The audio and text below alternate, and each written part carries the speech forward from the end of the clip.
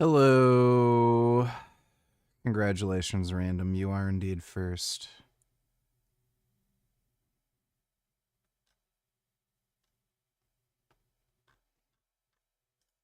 People are becoming increasingly radicalized, and young people most of all. And this is evidenced by the record referrals to the Prevent Anti-Terror program in Britain. I imagine something similar is happening in the United States. And this, honestly, is kind of to be expected, actually, isn't it? TikTok. Because the establishment, the current status quo, everything it does is to maintain how things are now. And how things are now, if the collapse of the centre is anything to go by in the polling at the moment, is not satisfying anyone. We're getting the rise of what people perceive to be the radical right and reform. It's not, but don't worry. People are voting for it on those grounds anyway. And then on the radical left, we are getting the rise of the Greens, which is genuinely a radical left-wing movement. And the centre itself is just falling in on itself, because the argument from the centre is, and only can be, we want more of the same. Haven't had any lucid dreams lately, no. We, the status quo, have been in charge for decades now. For in the case of young people, their entire lives, they've known nothing other than the way things are done now. And we want to continue this indefinitely forever, because this is the kind of politics in which we believe. And Keir Starmer being essentially the last man of this paradigm. To be honest with you, I think actually Nigel Farage is the last man of this paradigm.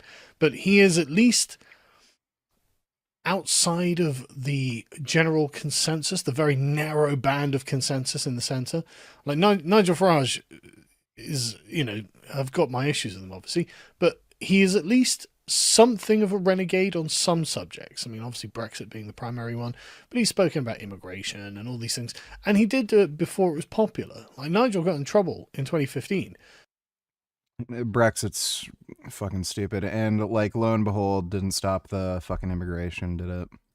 With the big poster with all the bloody migrants marching across Europe, and they all got on his case about it. But he was right, and he did stick his neck out there. So fair enough, Nige. And so you can see that the current status quo, the point of it is essentially to arrest change. As far as they're concerned, things being as they are now, that's how we want them to be, say the status quo. And so the Conservatives and Labour say, no, this is how the country should be. And everyone can't help but notice the country's fucking awful at the moment. Things are terrible. Now, we either should go one way or the other. Obviously, I think we should go to the right. The Greens think we should go to the left. But a decreasing number of people think we should just stay in this centre that satisfies no one, that solves nothing, that is the cause of the problems because it is trying to serve two masters. And this is what I think is behind this kind of generalized radicalization. Because the thing about this, and we'll get into it in a second, is that this isn't any one particular ideology, apparently. The problem is that people are just not happy with the status quo. And the longer that Keir Starmer limps on in his dead premiership as the most unpopular prime minister that has ever existed, at the tail end of the Blairite paradigm, the least popular prime minister with a huge majority that people just can't get rid of, until he does the dignified thing and admits that the experiment of Blairism has failed and it has created a festering country that people are not happy with, then this is going to continue and things are going to get worse. Because while they are acting like a blockage in our political system, there is no avenue for improvement. They cannot bring themselves to do it. Water to 8.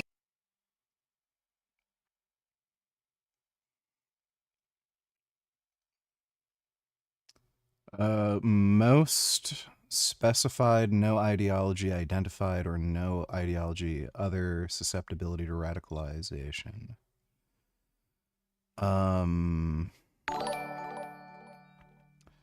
I don't know what that really Hey means. VG, I just found a gold mine of propally turds for you to react to. Can we watch them next?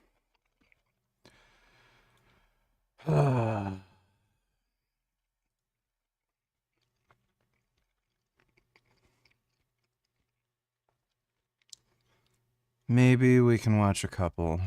Thanks for the donation, Dodo.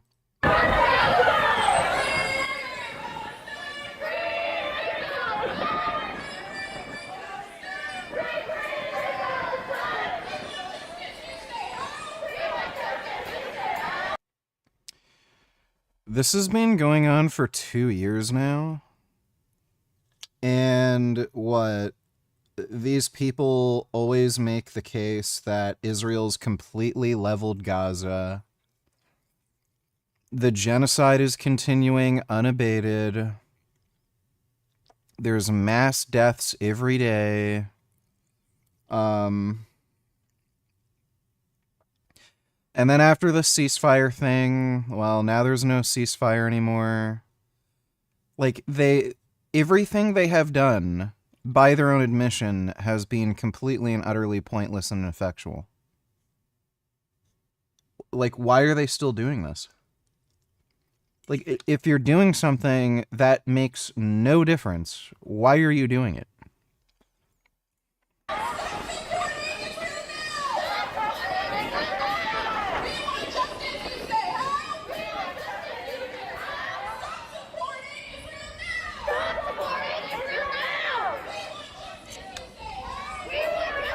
Notice how it's always the usual suspects. Dumb bitch college-aged women and gay liberal fucktard twink dudes.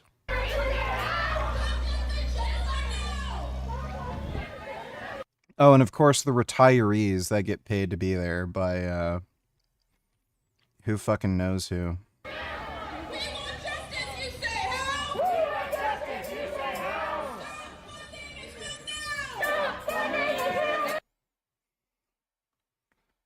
This is just grating. To provide weapons and cover to Israel. The fact is that Israel could not maintain.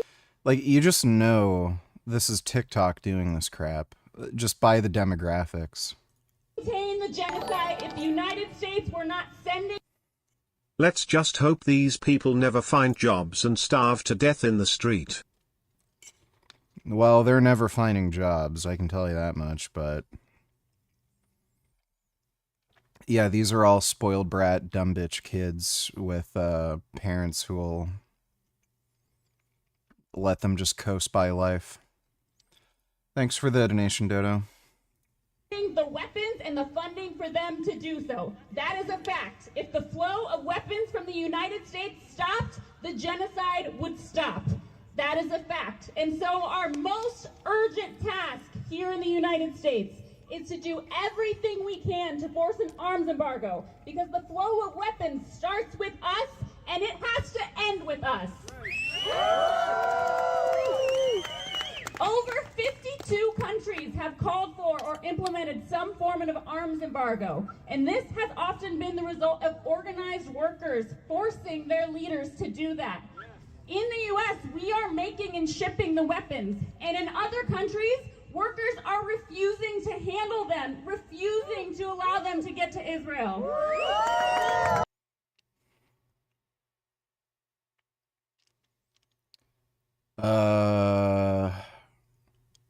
They think they're gonna stop the United States shipping arms to Israel when Trump is president and nobody cares what you fucking think? In Italy this weekend, right now, dock workers at ports across the country are on strike, refusing to handle the ships that are bound for Israel. And that has inspired a national general strike in Italy, which is happening tomorrow. That sounds extraordinarily hard for me to believe.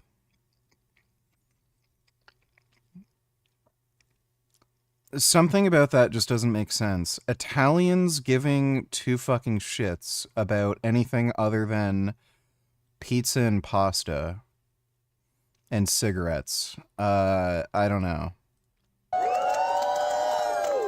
In Morocco, workers have refused to handle cargo bound for Israel, and they have gone to jail for it.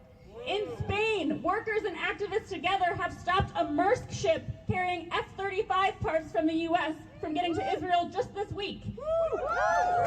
In Greece, in Belgium, in Turkey, in France, all of these workers are genocide. The weapons are coming from here, and the workers we are sending them to are saying no. We will not be complicit, and they are waiting on us. It is our turn now to say no. We will not be complicit. No more weapons, no more cargo. No more weapons, no more cargo. Okay, so they're just delusional fuckwits. Sounds about right. 8,778. Thoughts on Kratom? It's not good. Don't do it. 25% increase in a year. That's pretty serious. Like, people being like, I think this guy's a fucking lunatic. I think he's going to start doing something extreme. Well, that's a bit of a concern, isn't it? But look at this. In the majority of cases where a type of concern for the referral was noted, most specified, quote, no ideology identified or no ideology other susceptibility to radicalization identified. Now, the BBC edited, as you can see, updated this article before I got hold of it. And I discovered this from Licorice here, who had posted this line, the majority of referrals which had no identified ideology at 56%. Now, let's assume that it's both categories that go at 56%.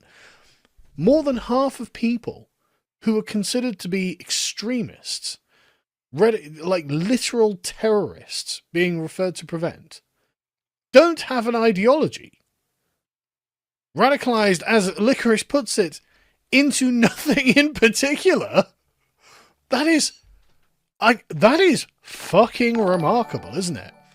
Because normally, I blame these tards partly for getting Trump elected and causing more BS than what they were ever fighting against. Now look at this headline, the courts can revoke my passport now.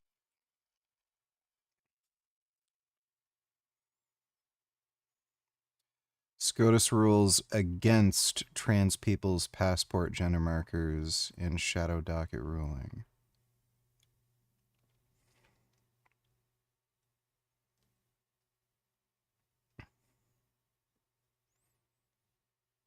Why would this...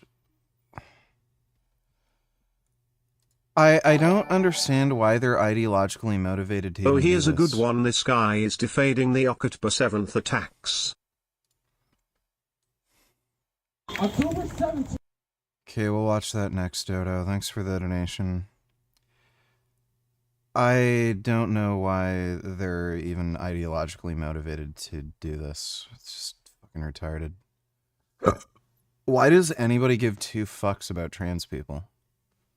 It's fucking weird. Thanks for the donation, non-wib. 2023 gave way to the biggest protest movement for Palestine we've ever seen. Millions of people across this country, across the world, came out to show their support for Palestine, many who were just learning about this occupation for the very first time. And the consciousness of the U.S. working class shifted almost overnight when working people saw the horrific crimes of Israel and began learning the truth. The Western narrative has completely lost its grip. Washington and Israel, working hand in hand, want to say that anyone who stands up for Palestinian liberation is an anti-Semite, when this could not be farther from the truth. We will not take lessons in anti-Semitism from a government that's made up of neo-Nazis and white supremacists. We will not take the lessons in anti-Semitism from a... I don't care anymore. More than 30 people were just fired from Rockstar, and that's only 6 months before Grand Theft Auto 6 launches. And at the scale of a developer like this, while 30 may not seem like it's a humongous number of people, it is still a lot of people to lose this late, because this late into the day is when development tends to be an absolute all-hands-on-deck scramble. Now it all begs the question, Rockstar are about to release the biggest game in the world, so how can they afford to lose that experience? Well, according to Rockstar, this was essential because every staff member fired committed, quote, gross misconduct. And that does mean that today's video is going to be a rather spicy one. Rockstar alleges that those staff leaked confidential information, which is a humongous claim. But it's one that the union working with those staff calls, quote, the most blatant act of union busting in the history of the games industry. So yeah, this is very much a story of one massive claim versus another massive claim, and that means today we got to go. Hate how YouTube does this. Get to the bottom of it as best as we can. This started with the Independent Workers of Great Britain Union making some serious allegations against Rockstar. They called it a calculated attack on workers, and it's one that And attacked Hillary Clinton herself for her stance on Israel. I don't care anymore. Thanks for the donation, Dodo. hit more than 30 people who were fired in the UK alone. Now, included in this bunch are staff whose visas depended on this job, whose medical treatment depends on this job. Now, the IWGB says that everyone was fired, quote, due to trade union activity. Now, here is the key detail. They say every fired individual was part of a private trade union Discord channel. And according to the Register's sources, this channel was used by the staff to, quote, discuss how they could improve their workplace. Now, they also note that, quote, there might have been just enough union members for recognition. And they framed the timing, of course, as being suspicious, where these layoffs happened after management became aware of the channel. But to get more on this, we can go to Bloomberg, because Bloomberg reports that staff were also fired in Canada. So that's what started off today's video. But after the initial reports, well, they got a new statement from Rockstar, and that statement says that the staff were fired for leaking confidential information, which could go against some of what was being suggested by the union. So basically, the allegations here are clear. Rockstar say they were protecting their company's secrets. The IWGB say that Rockstar was retaliating against employees for trying to unionize. But here's the thing. The IWGB are not backing down. They say they'll be, quote, mounting a full and robust defense of its members. This includes doing fundraising for legal coverage and a protest outside of Take-Two's London office.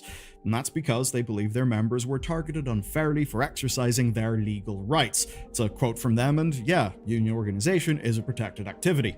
So, in this story we see that the union is clearly feeling quite bullish. Rockstar are saying things back. But before we get to that, there's a reason why the union is bullish. Because this is not their only active campaign. This isn't the first story out of that union. They're basically making waves in the UK industry, where of course Rockstar is clearly one of their ongoing ventures.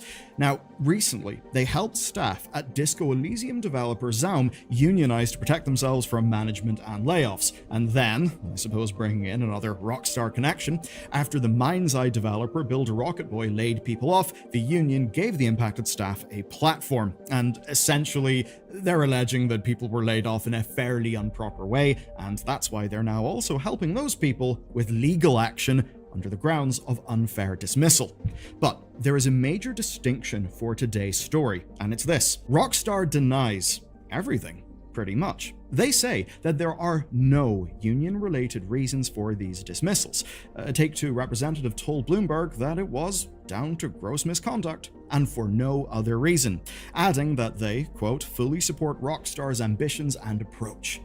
Now, here's the thing, right? Gross misconduct is a fairly huge thing to say. I don't know about other jurisdictions, but it's huge to say in the United Kingdom because it is a legally clear term.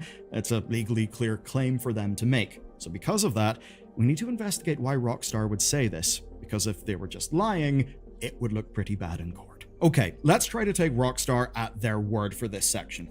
That basically 30 plus staff all behaved in a way that reflects gross misconduct.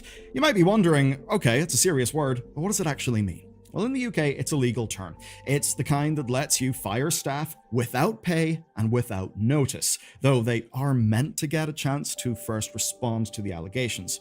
Now, the government's own guidance lists what qualifies for this, and it's things like theft, gross negligence, physical violence, or serious insubordination. Now, 30 staff engaging in theft, negligence, or violence is probably a stretch, but serious insubordination? Well, that actually could fit. And the reason why is because it extends to breaking company policies.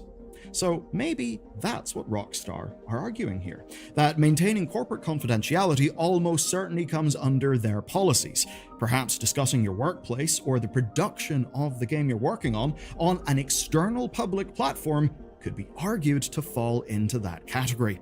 But there is a tightrope to walk here for Rockstar. The IWGB were quite explicit to Bloomberg. They said, quote, the only organizers in the chat were labor organizers. And that would make things tricky for Rockstar, because there's a clear reason they're saying this has nothing to do with the union. If they did, it would go very, very badly for them, and here's the reason why. Firing someone for union activity is simply not allowed unless they are taking part in an illegal industrial action. So, if staff in the Discord were acting as employee representatives, that would be a protected activity. Acting as union representatives would be protected. Lobbying to start or to join a union, that's also protected. Under UK employment law, those dismissals would automatically qualify as being unfair. So obviously Rockstar are denying it has anything to do with the union. And that would mean that if staff were to bring it to what's called an employment tribunal, and Rockstar then didn't have a valid gross misconduct claim, well then Rockstar would be liable. And that is why the IWGB do intend to bring legal action here. Because basically, if Rockstar fired over 30 people without valid cause, or are just overreaching on the idea of what actually counts as confidential information, then they could lose the case, and those staff may get their jobs back, which would certainly make for an awkward day in the office, but it could also— Hey man, if you're interested, you can download a browser extension that will make all YouTube videos default to highest video quality automatically. Well, I don't want to have to download like 50 fucking extensions. Thanks for that donation though, Yoshi. mean compensation for lost wages and damages, and who knows, if it was particularly egregious, maybe things could get a bit punitive. Now, for the IWGB, it would also— Wonder if this has anything to do with the delay.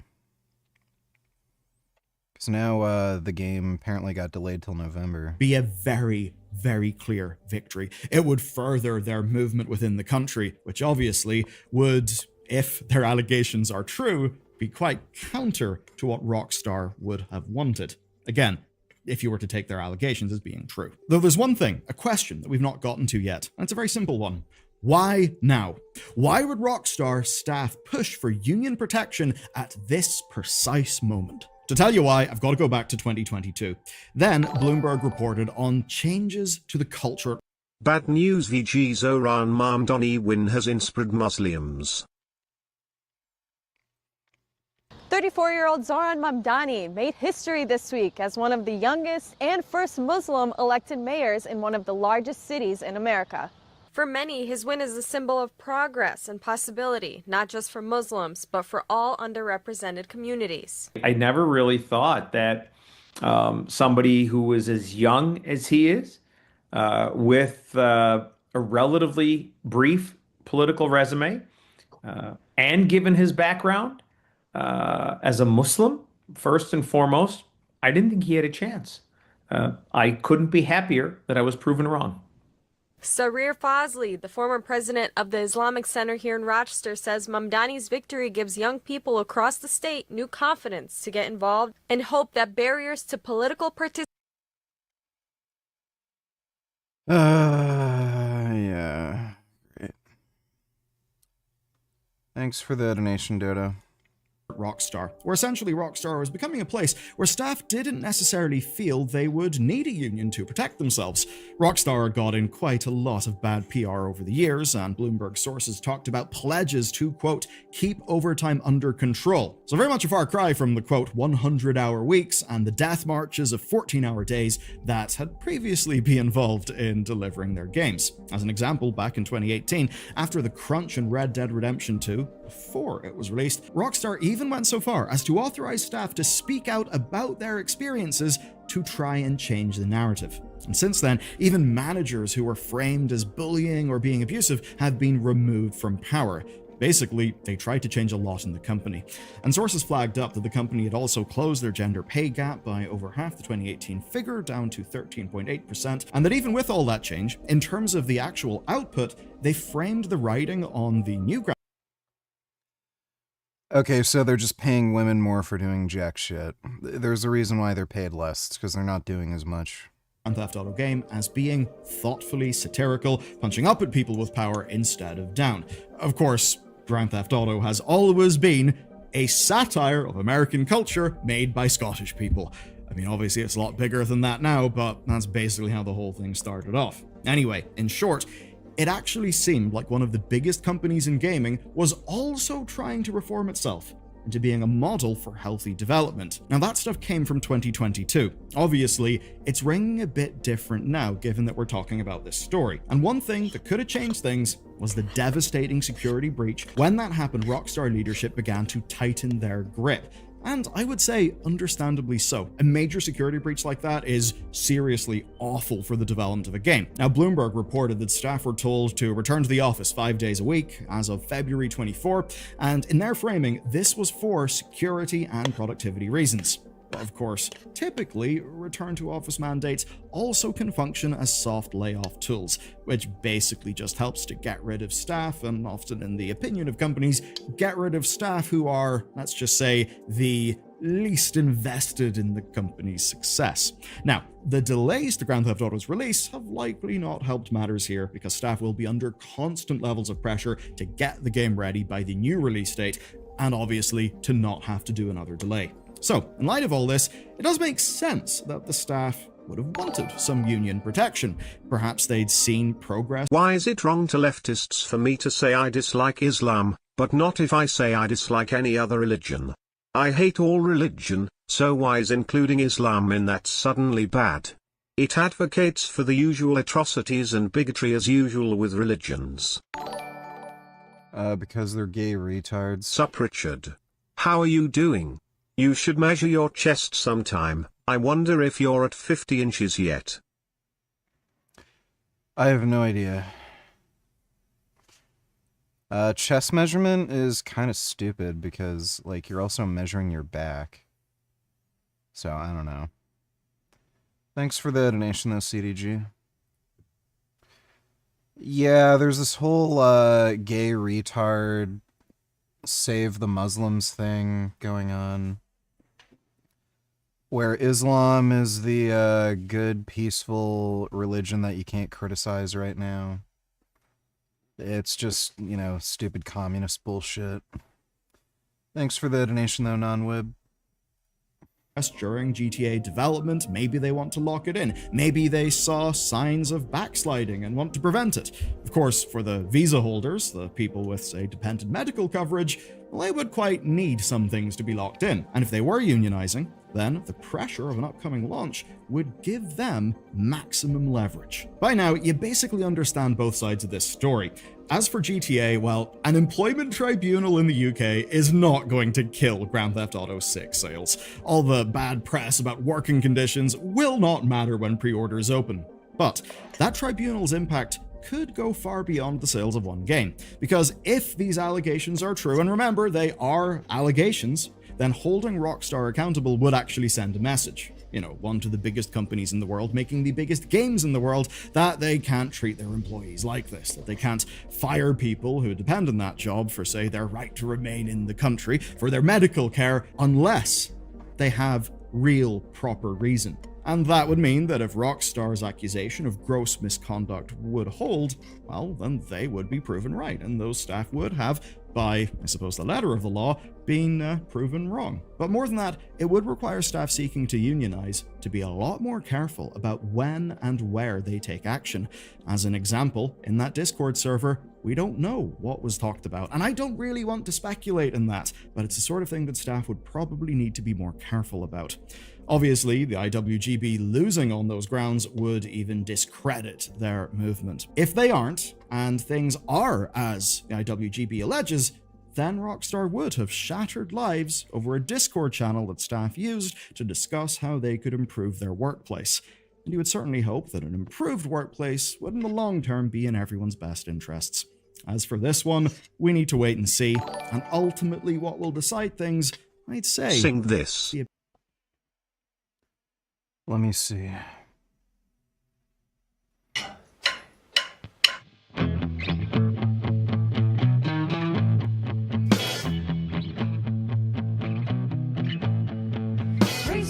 Racism, say sorry and it's gone. Racism, say sorry and it's gone. Racism, say sorry and it's gone. Racism, say sorry and it's gone. Racism is offensive and it's cruel. You You can't bring it down just by adding rules. It's a complex fact of our social mix. Some don't care, and always kind of seem to be pricks. You know, it's not an issue solved by apology. You whipped it up, now Tories, can't you see? Racism is what is going on. It's all up front and the hatred is so strong. Racists, don't you see, you'll get whitewashed for feet. I hope it might be gone, but we're still finding racism. What is going on? Racism is what is going on. Races can't be prevented and can be reformed. But some come out when leaders lead them on. You can tell it's heightened because they're running scared. Cashing in on hate, extremist fears over there. And it's great that the cabinet is so diverse. But their words are pretty see-through and their actions even worse. Racism is what is going on. 10 million pounds is counterweight that wrong. Ramped it up last week, now it's turning the other cheek. I hope it might be gone, but we're still fighting racism.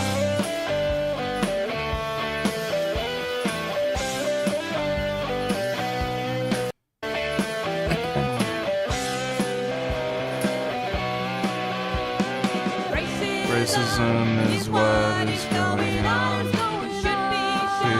should be shot and who doesn't belong? Racist, can't you see you're a blight on our country? Ignoring it is wrong. Racism, anti-Muslim, anti-Jewish. Maybe we'll see more respect for MPs. By the way, why did they say anti-Muslim in a song about racism?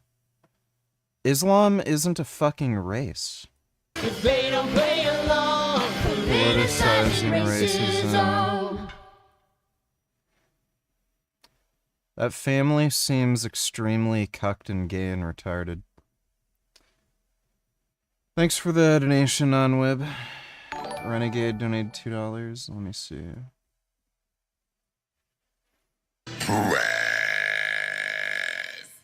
That's great. Thanks for the donation, dude.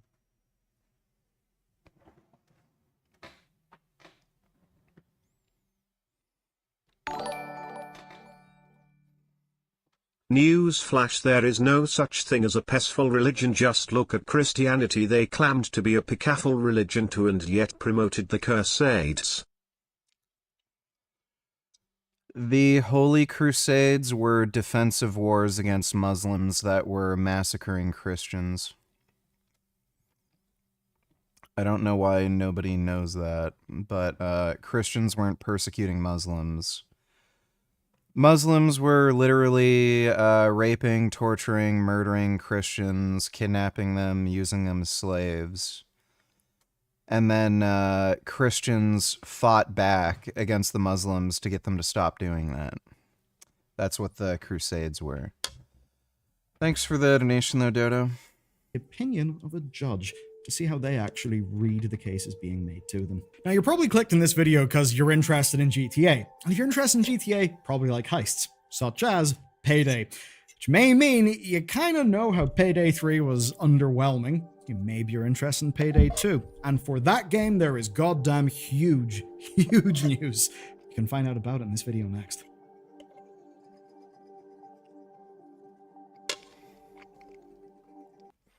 As it turns out, you guys are really interested in what's going on with Payday. 500,000 watched our last video, and since then, the story's got even wilder. Starbreeze just put a new development team on a 12-year-old game. They're basically resurrecting Payday 2 with updates, fixes, and maybe even rebalancing. And they've done this after they've monetized it with subscriptions. That basically means it seems like they want to put that money to work and actually, well, earn it.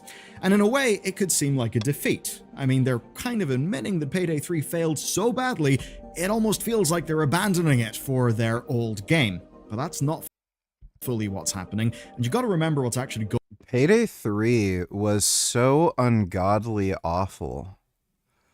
I remember having fun with Payday 2. I was playing it a decent bit. So a friend of mine and I were going to play Payday 3. We were playing it for like 5 minutes and we're like, wow, this sucks. Fuck this. Wait, are you eating rice? I haven't seen you eat that ever. WTF? Interesting. And what did you think of the burp? First one you've seen in a while, right, Richard? And how is Isaac doing? You guys getting along in your tiny little house?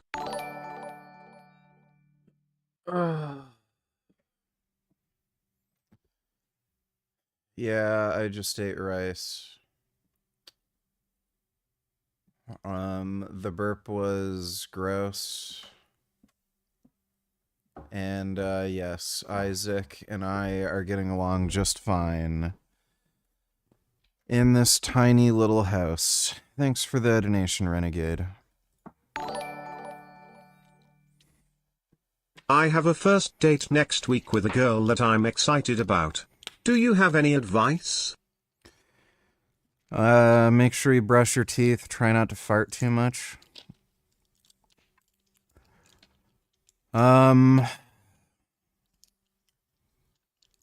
So yeah. Can't fuck up too badly as long as your breath doesn't smell and you don't fart too much. Thanks for the donation, 88.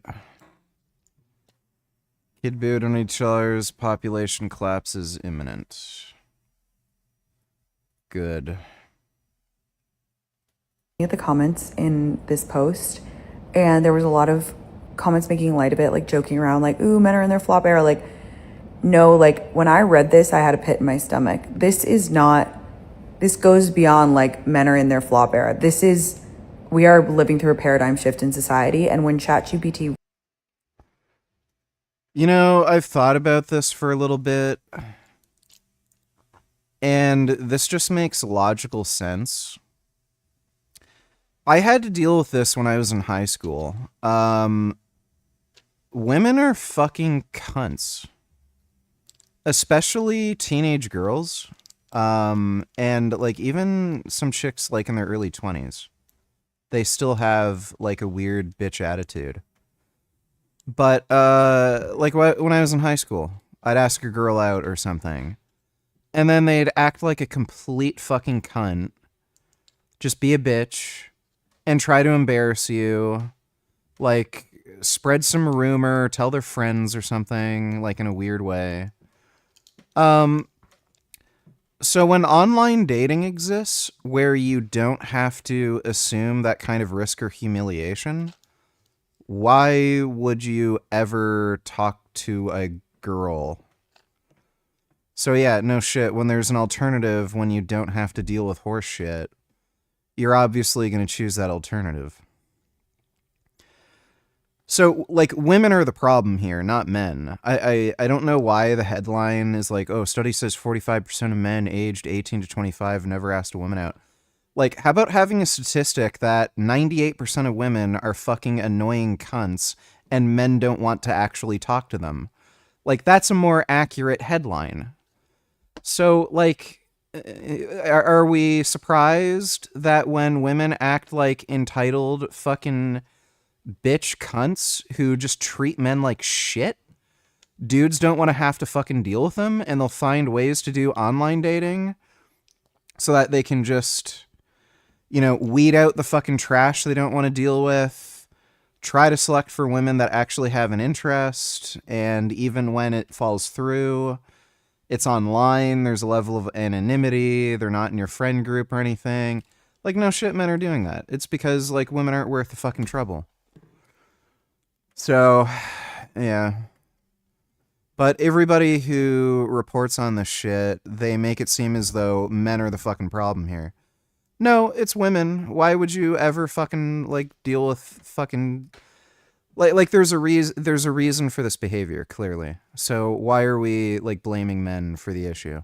Rolls out corn by the end of the year, I think that dating and society will be unrecognizable in a year from now, because there's already so many people who are having full-blown relationships with AI and who are not developing social skills and dating skills and respect for other human beings. Oh no. Men have social skills. That's why they're not dealing with women. They have enough social skills to realize, oh, they treat me like shit, and why would I ever want to deal with them or be around them? So yeah, no crap. They end up having these AI girlfriends or only doing online dating or something. So no, you'd have to have social skills in order to make that decision. Women are the ones who lack fucking social skills. Rather than acting like sensible adults, where if they get talked to by a dude or they're asked out and they're not interested, they just say, oh, they can't just say, oh, I have a boyfriend, but I really appreciate you like talking to me. It's sweet.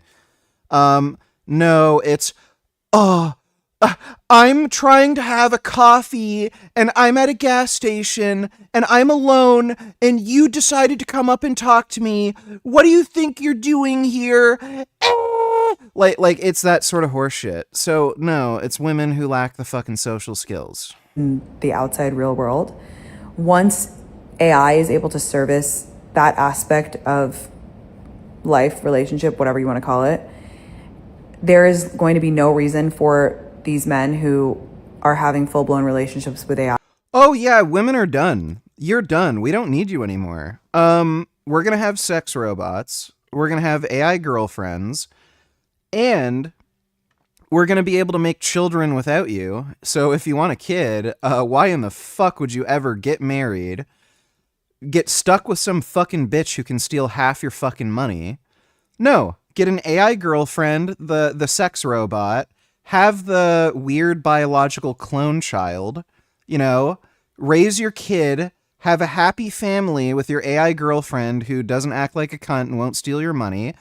You're done. Women are fucking erased. Like, that's literally what's going to happen. To ever stray from them. And that's really scary. I was looking at the comments in this. Yeah.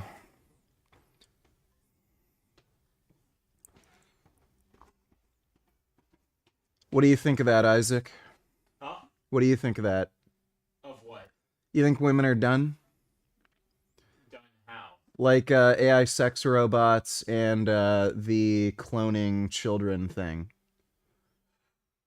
I don't know about done. There's probably a lot of guys who are going to go that way. Yeah. Like why would you get married and have kids and risk having your money stolen from you with a breakup or deal with some crazy bitch? Like, you would get the AI girlfriend and then you would just have like the clone child. If you want to have kids. Yeah, I mean, I honestly don't know what amount of men will go that way, but it's inevitable that that's... Like 99%. That's a very strong assumption. I mean... Like what's the downside? I don't know. Like, assuming most people make logical decisions, what would be the downside? Well, I mean, some men might just care about it being a human female, like, innately. That might be just a value. If the sex robots are so good, you literally can't tell the difference. Well, it's kind of like, you know, the experience machine. Like, when it say that there's you know, a world you can go into that's like the Matrix, and you can, you know, fly around, right, and do whatever you want, but none of the minds in it are real. You can picture a lot of people not wanting to go into that. Yeah. Yeah, but another way of looking at it is, how do you know if you're not already living in something like that? And what difference does it make if you're happier? I don't know if people would be that philosophical about it. I think... Yeah, maybe not. Yeah, but we're also talking about dudes here, too. Like, we're also talking about dudes here. Like, women are going to care more if they're actually dating a real person. Yeah, I mean, I'm not trying to reason you into caring about it. Yeah, I know. I'm kind of pointing out things people might care about. Like, I don't know what the numbers will be. But so it might be a lot to say women are gonna get fucking like annihilated, but definitely that kind of tech is coming. There's already guys. Actually, honestly, I know more girls than guys who have full-on AI relationships. Like, Yeah. and two of them who actually spend a lot of time with their AI.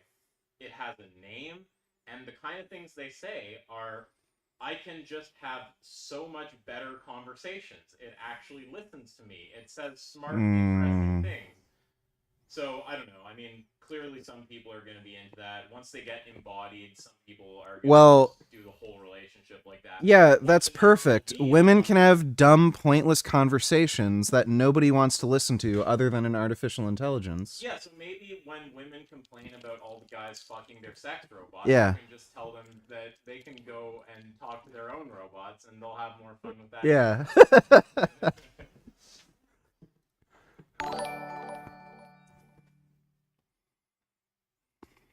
What about you? Yeah, I'm assuming you're just gonna date a sex robot and say fuck you to every single woman? I don't know if I'd bother dating a sex robot.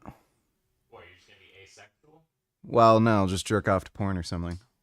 AI porn? Nah, I'm not into AI porn. What if the AI porn gets as good as whatever you want? You can just tell it to create fucking... Well, I guess it's if it's hentai, sure. Oh, there will be AI hentai. Yeah. It's gonna reach a level where you're going to be able to type the rough general like adjectives that you're into, and it'll just generate you a porn. Yeah, that'll be great. Yeah, so no girlfriend for you, just whacking it to fucking AI autogen. Hell yeah. Nice, space, let's go. Fuck yeah. Pick donate $2, let me see. Hey everyone, welcome to another... Oh jeez, again. Alright, well, he's making another video about being broke. I guess we can watch that. Thanks for the donation pick. Really? Wow, I never knew the Crusades were so based. Yeah, the Crusades were based. A lot of people don't know that, but now you're red-pilled. Thanks for the donation, Dodo.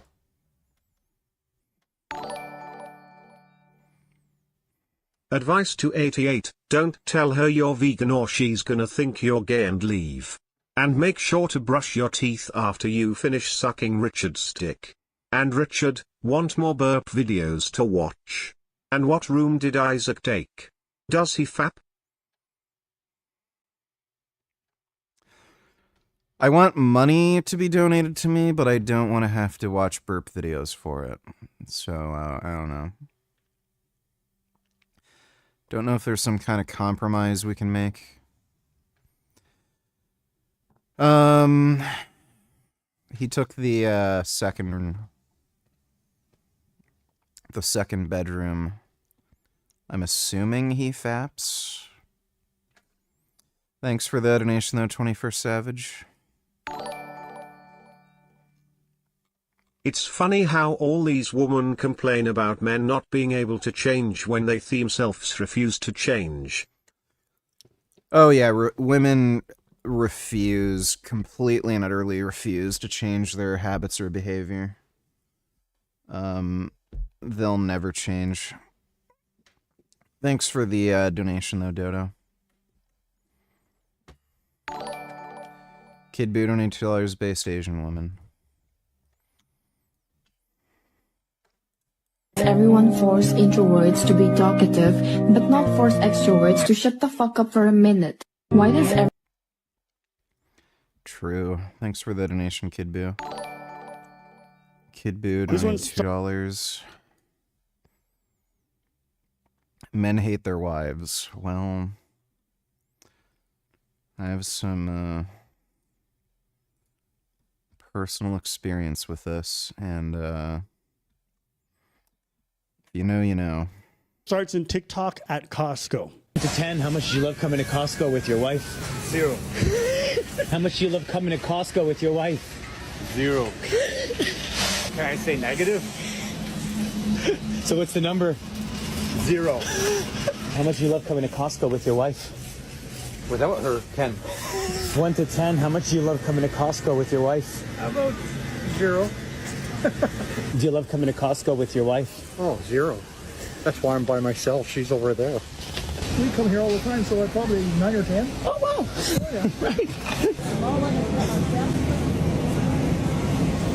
Zero. You know he wasn't actually saying zero. What was he saying? Got him! This, you know what this is? Oh, yeah, when you look at it, it's, yeah. That's why I'm looking in your eyes. That's why I'm looking in your eyes. Pause. Damn, you know that? I'm not crazy. Yeah. I know what it is. That's what he's doing. He's like, I was annoying with shit. Makes sense. Just don't be annoying with shit. The thing is, like, I like going to Costco with her because she hates shopping.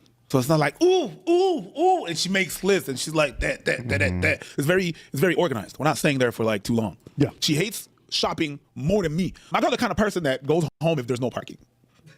Fuck it. We're not doing that. We're not doing that. And things that people don't know about here in Canada. Well, Costco on Saturdays close at 6 or something like that. And most people think it closes at 5. So if you go at 5, you got 1 hour with nobody in there. So it's like it's better. Something like that. Or she has these tricks. Or she goes like super early. Or because she works from home, she's able to, go at times that there's no people. But she hates shopping more than me. So she's out of there before I'm like fed up. I'm like, yeah, cool. That's a nice little stroll. And I got snacks. all right.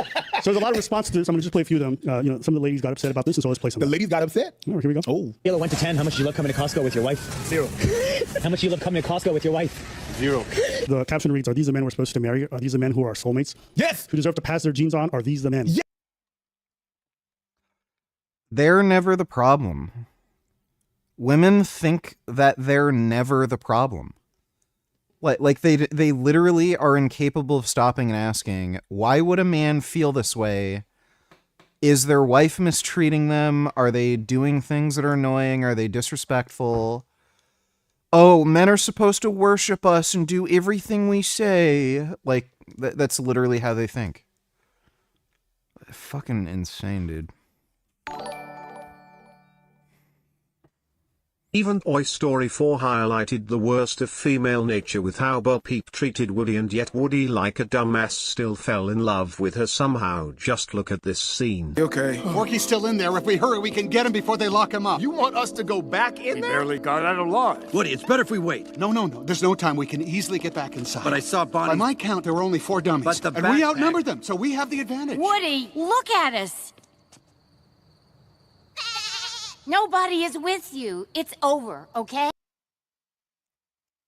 I don't know if I've seen Toy Story 4. Those sheep are cute. No. We are wasting time. We can do this. Come on, pull string. It's not worth it. Yeah, yes. Listen to her. Nobody wants this. I do. Why? Because. Why? Just because. Why? Because it's all I have left to do.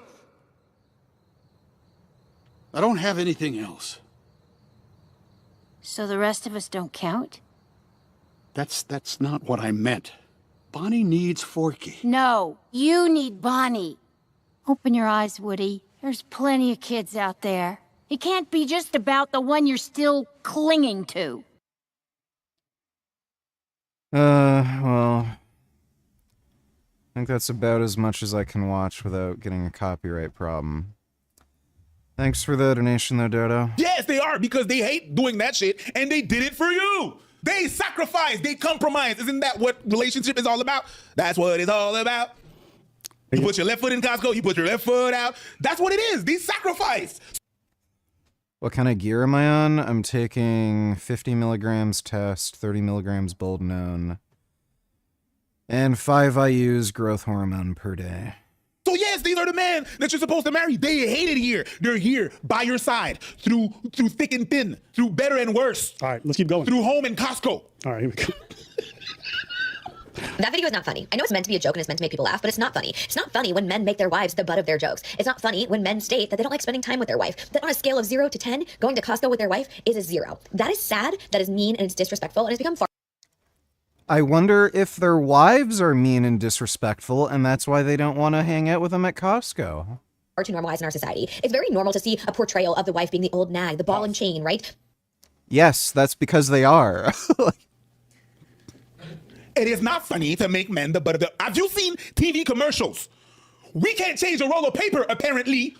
We don't know how to fucking do the laundries. Fuck me. You know what I mean? It's not nice when you make fun of. Have you seen any TV commercial about whatever product that you have out there? We can't do shit. We're always stupid as fuck. We take it. We shut the fuck about it. We can't make 1 or 2 jokes.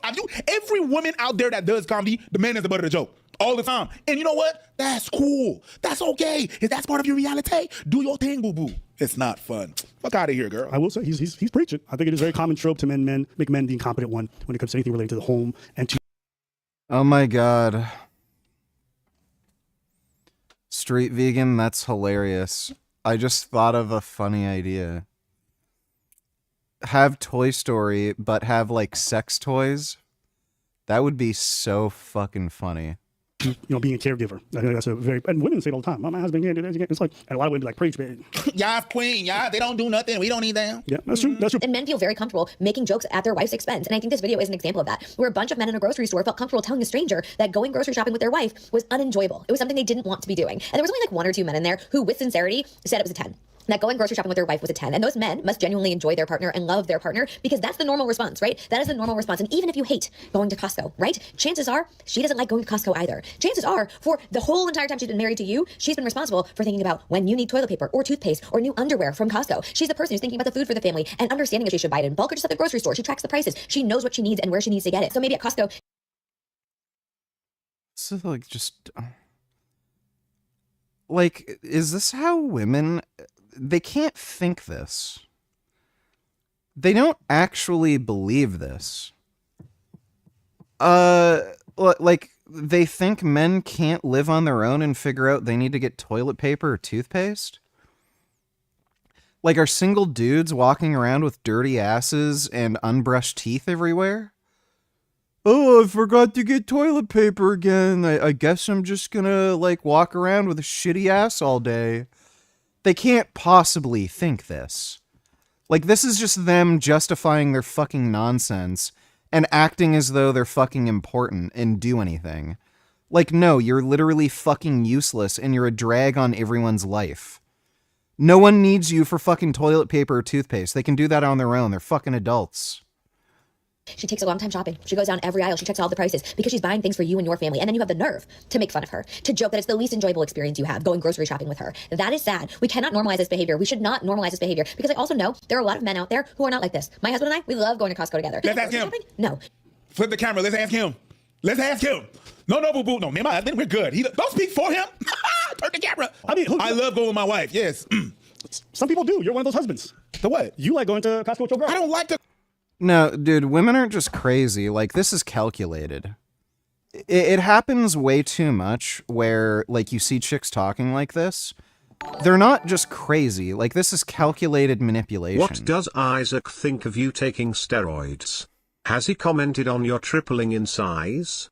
Oops, I did it again.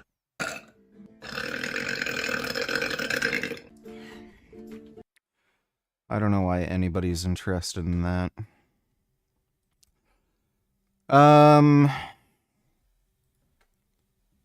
I think he doesn't have a strong opinion on it either way. He just thinks it's fine. Like, cool that you can take a drug to get jacked. Thanks for the donation, though, 21st. To go with my girl. I don't like to go to Costco, but we have to go. It's like a man. It's not a bad thing. It's like, oh, we gotta go to Costco. It's the people that make. Is Sermorelin a good alternative to HGH? How the fuck do you afford it? No. Growth hormone secretagogues are absolute garbage. They're just going to make you fat. That's it. So they don't increase growth hormone production all that much because it relies on like your actual pituitary gland secreting it. So with injectable growth hormone, there's a benefit to taking up to, I think, 28 or 30 IUs per day. There's no way you could ever have a secretagogue have you release that much. Now, that's a ridiculously high dose, but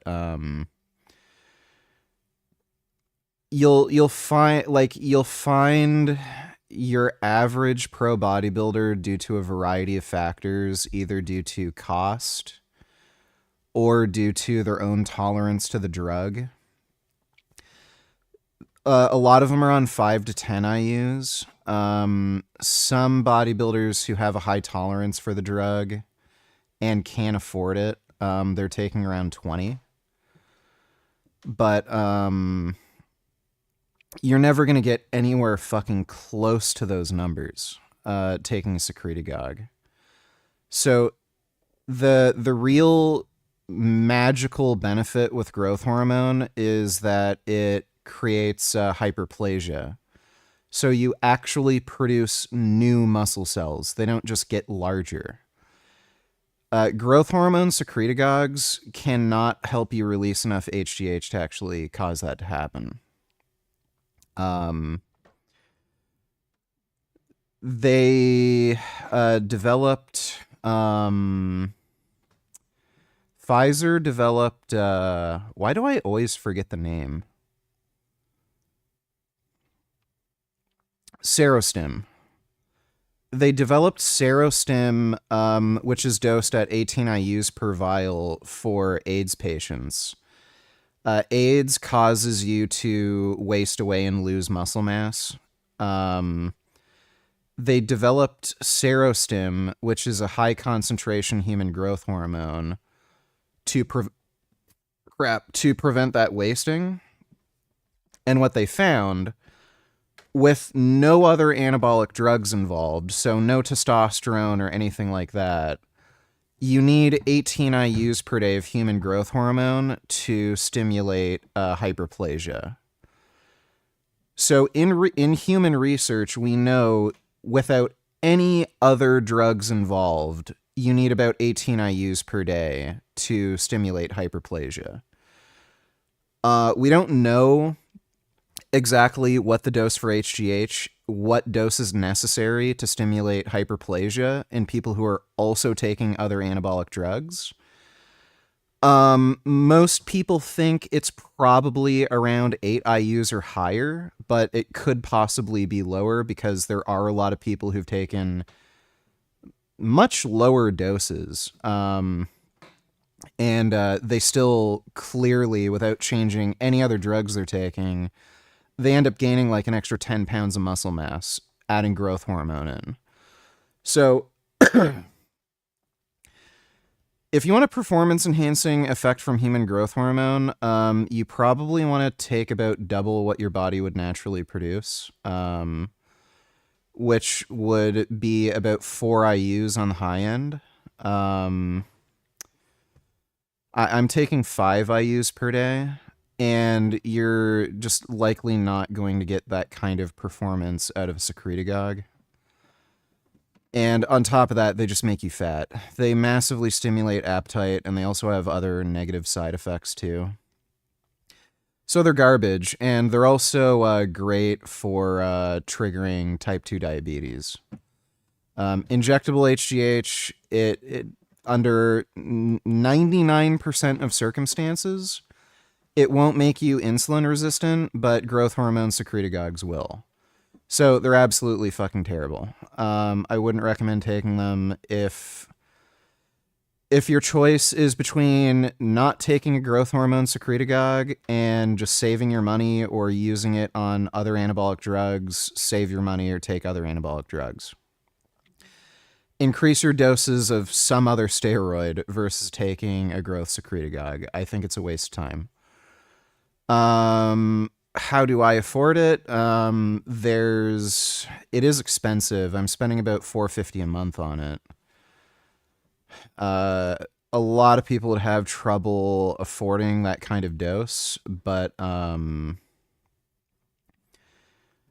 you don't have to get, like Pfizer, Genotropin, or Serostim. Like, those are outrageously expensive. There's Chinese-made, quote-unquote generic growth hormones that you can get on the black market that are way, way cheaper. Like, literally 10 times cheaper.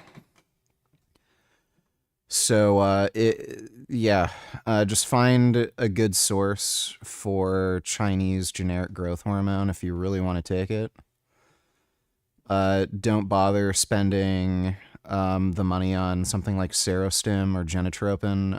It's outrageously expensive, and it's not even any better than the Chinese generics at this point, if you can find a good source at least. But thanks for the donation. Apple is fucking awful. Kid Boo donated $2. Let me see. Don't sound bad, but don't take it like that. What is y'all annual income a year?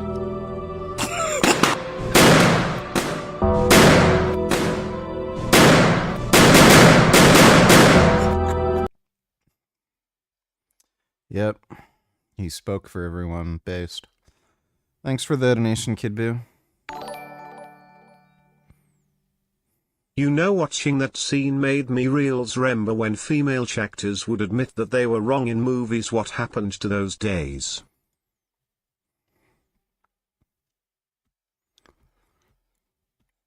Was that ever a thing? I don't know if there's ever been a moment in recorded history where a woman is ever admitted to being wrong, ever. I'm not sure. Thanks for the donation, though, Dodo. Uncomfortable. Not my girl, but it's okay. It's fine. It's like, for example, if you guys, if your husband was cleaning the gutter, right, and you're holding the ladder and he's on top of the ladder and he's like, do you like cleaning the gutters with your wife? No, I hate that shit. Why? Because I'm up there, I'm cold, it smells funky, but he does it for you. We could flip it. It doesn't mean shit. Girl, calm down. My God. All right, hold up. This guy, we have somebody who disagrees with you. No way am I trying to say that I'm a better husband than any other guy out there, but I would rate going to Costco with my wife a 10 out of 10. Good for you. If you guys are wondering why his glasses look like that, it's because he's so far up his wife's ass that the doo-doo stains on the frame are now permanent. Yeah. No, he has a right to like going to Costco. Good for him. I don't know, but yes, he has a right. But like him posting this video and be like, I'm not better than every other man, but let me tell you why I'm better than every other man. Let's hear it. Okay, let's hear the comments. Oh my God. Oh, my husband. Oh, good man. Oh, that's how my husband should respond.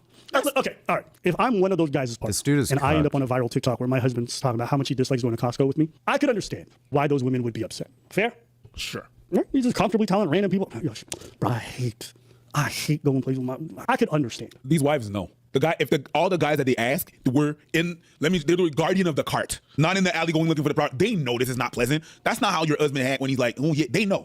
They know. Fair, but even if I know, going publicly with it, I think we'd all agree, not necessary. No? Sure. Okay. Sure. Right? We don't like it when women undermine their husbands or, or critical of something's aspect of them publicly. I think it's the same vice versa. I wouldn't mind. Like, I get it. But I get, yeah. I don't feel the same as well. I agree with you, but I'm saying I understand. Yeah, I get it. I think I'm the kind of person, when I go shopping, it's like the most efficient trip. I'm in that store and I'm timing that bitch and I'm out and like, because I know what I'm going for. I'm not looking. Women's ontological nature just fundamentally opposes taking responsibility. Yeah, that's hilarious.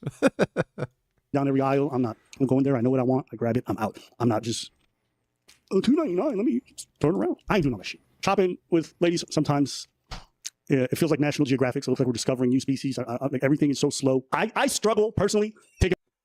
Will I look tougher with a buzz cut, or should I keep my long hair? I don't know. I have no idea what you actually look like.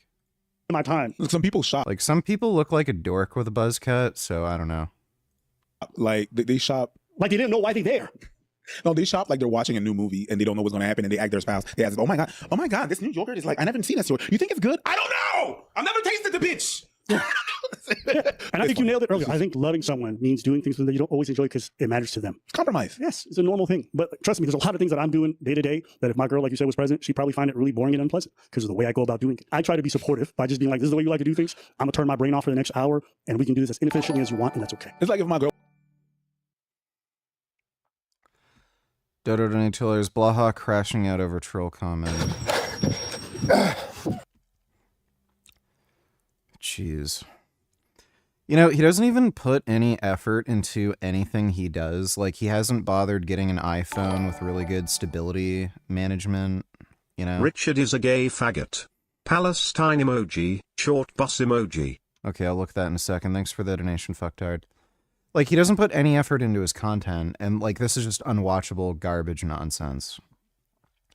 Like, I could understand doing something like this if you have a selfie stick and you have a phone that has a camera with stability control and you can make something that's high production, then maybe like actual human beings would bother watching it. But this guy is like a boring, retarded lolcow who puts no effort into his content. It's completely unwatchable. Obviously, the only people who are going to watch his shit are like just people trying to piss him off. Like, that's the only way you can get entertainment out of this. And then he's surprised people just try to piss him off. So, based on that last comment, I can assume the last person is a piece of shit garbage thug. If the first thing that pops in your head when you see someone who exercises and runs, if they're running from the police, you're just a scumbag piece of shit who thinks that way. By the way, Jason Blaha has been arrested before for illegal possession of a firearm and also possession of marijuana. You should probably just die. How's that? He also almost got arrested for taking somebody hostage. One of his trolls found out where he lived, and he put out a fake ad for a transgender prostitute at his apartment.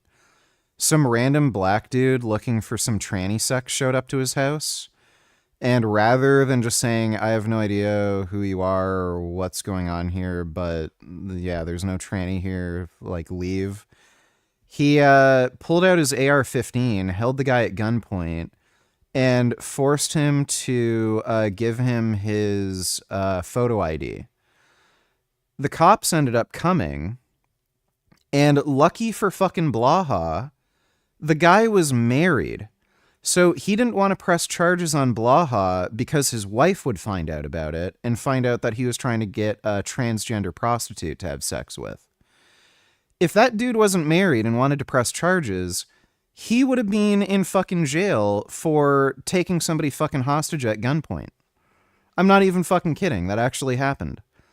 So it's hilarious how he's freaking out like this. Like, you're a fucking thug. Why would you ever fucking make a joke about me running from the police? He's been arrested before for illegal possession of a firearm and possession of marijuana. Who gives a fuck about the marijuana thing, though?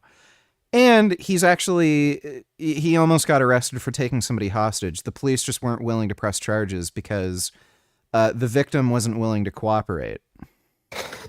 Like, you're just a piece of shit. You're human filth. If that is where your brain goes, you're complete ghetto trash. You serve no value to humanity. If that's honestly where your brain even goes.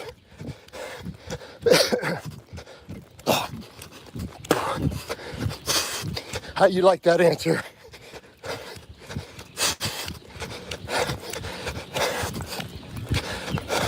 Like, does he actually think anybody wants to watch this? Like, that's what... This may be worse than his Blaha ASMR gamer channel. Your brain goes and you see people exercising. What a fucktard. Thanks for the donation, Dodo.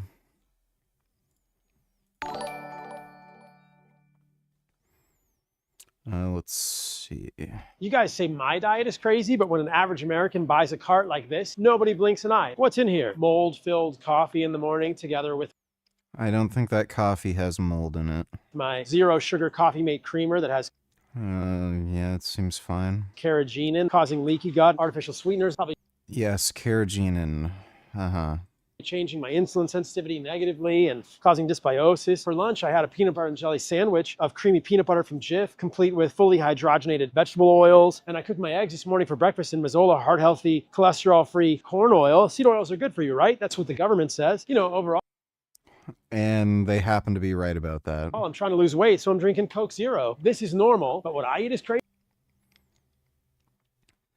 What's wrong with Coke Zero? Easy grass-fed beef, eggs, raw dairy, raw milk, fruit. Yes, dairy that can give you an E. coli or Campylobacteria or bovine tuberculosis infection. Honey, squash, butter. Wait a minute. What I'm eating is crazy, but this isn't crazy? He eats like shit. His cholesterol's through the fucking roof. It's wild to me. This is why we're sick. We're not eating food for humans. We're not eating single ingredient foods. We're not eating foods with labels that our great grandmother would recognize. This has become normalized, and it's why we are fatter, sicker, and unhappier than ever before as Americans. We just need to get back to eating food for humans and not this. We're actually not fatter than ever. Obesity rates are going down due to GLP-1 agonists. So this is what's never talked about by physicians when you go to get your blood work done. They look at your cholesterol and they say, Gabby, your LDL cholesterol is 190. Like, do they ever ask you what your fasting insulin is? Do they look at your triglyceride to HDL ratio? Do they ask you? Fasting insulin and HDL to triglyceride ratio is not a good marker for heart disease risk. The best marker is ApoB. The best proxy to ApoB is your LDL. Most people are not going to have a high LDL but extremely low particle count. Like, that never happens. So, yeah, that's why they look at your LDL and say you're at high risk of heart disease. There's a direct log linear association with LDL or ApoB and heart disease risk. It's indisputable. You about a fasting glucose, a hemoglobin A1C? Have they asked you to wear a continuous glucose monitor? Have they done any further metric that actually looks at your underlying? They don't have to. If your cholesterol's high, they know you're at high risk for heart disease. Metabolic health to give you a better sense of your cardiovascular disease risk. I don't think LDL starts the fire. I don't think LDL starts the fire. Is the driving factor. And it is the driving factor. The reason this is important is because what happens? Here's a statin, here's a statin, here's a statin. We're only treating LDL. Yes, that's because it's the primary risk factor. We're not treating insulin sensitivity. And what about our brain like 25 years after taking statin? Well, that's when was this published? There was a huge study on this. Yeah, November 2nd, 20. So a few days ago. There was a massive study published on this. Both lipophilic and hydrophilic statins are beneficial for brain health. They prevent against Alzheimer's dementia.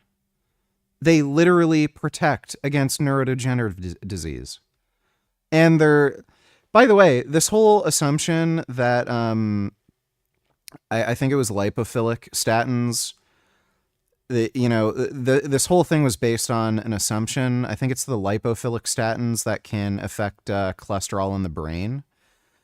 This was pure speculation. Literally no evidence that these drugs could in any way influence neurodegenerative disease.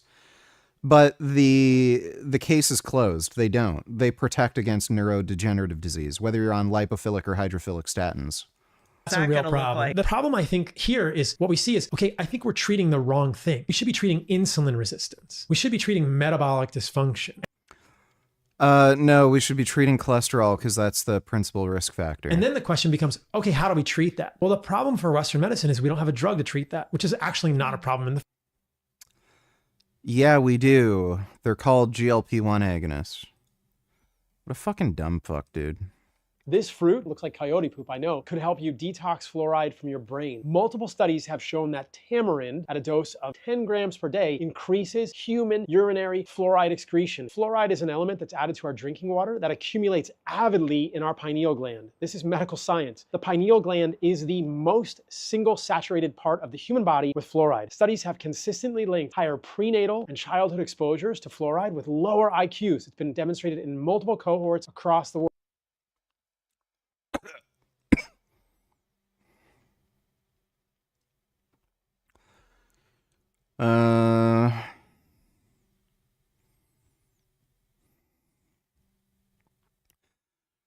I'm not going to even bother looking up some of this research. The concentrations of fluoride that they put into drinking water in the US has not been shown to cause any issues. There's toxic levels that you can add. I know there's some shithole countries somewhere that put in too much fluoride, but Sounds like just more nonsense, cherry picking, and stupid horseshit. Cohorts across the world. There are multiple studies in animal models correlating higher levels of fluoride in the pineal gland with higher levels of calcification of the pineal gland and lower pineal gland function. Furthermore, there are also studies in animals showing that limitation of fluoride increases the growth of pineal cytes, the actual cells of the pineal gland. The pineal gland is often thought to be the seat of the soul. Who knows about that? But the pineal gland does produce melatonin, a hormone critical for sleep and wake function. So if you want to improved growth and possibly better function of your pineal gland, consider adding a little bit of tamarind. Well, tamarinds are fine. So whatever. Thanks for the donation, fucktard. Jack $2, when was the last time you binge ate? Didn't you have a problem with that in the past? Binge eating is the hardest thing for me to stop. Do you have any advice? Don't think I ever had a problem with binge eating. I definitely ate more junk food in the past.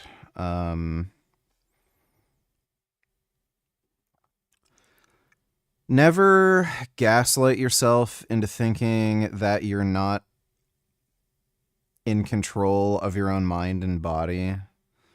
Like, you see all the time these people saying, oh, I couldn't help myself, I couldn't stop.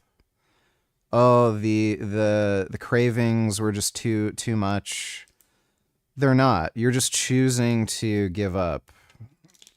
You're just choosing to give into, you know, whatever stupid craving you have. You just need to be stoic. Hold yourself accountable and be the person you want to be.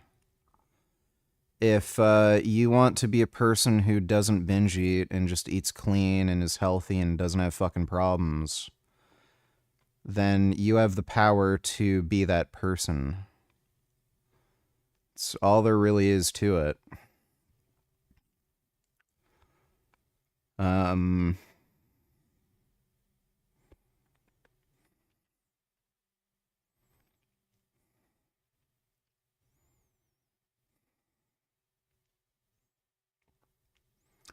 I was gonna say something else, but kind of slipped my mind.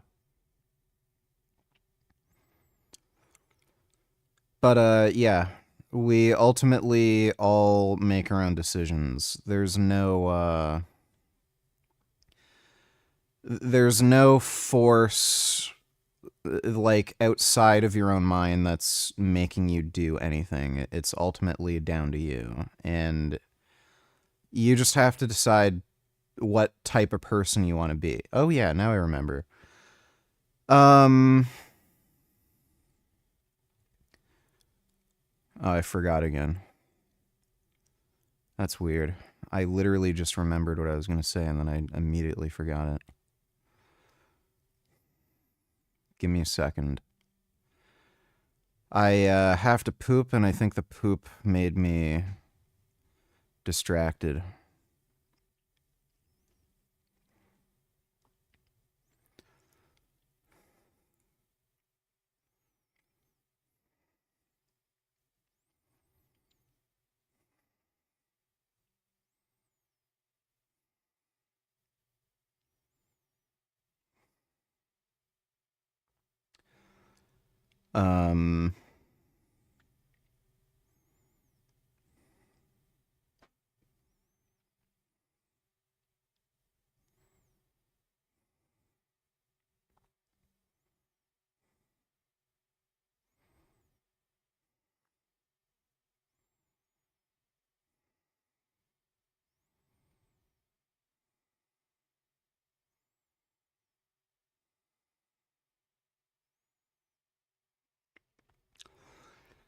Now I remember.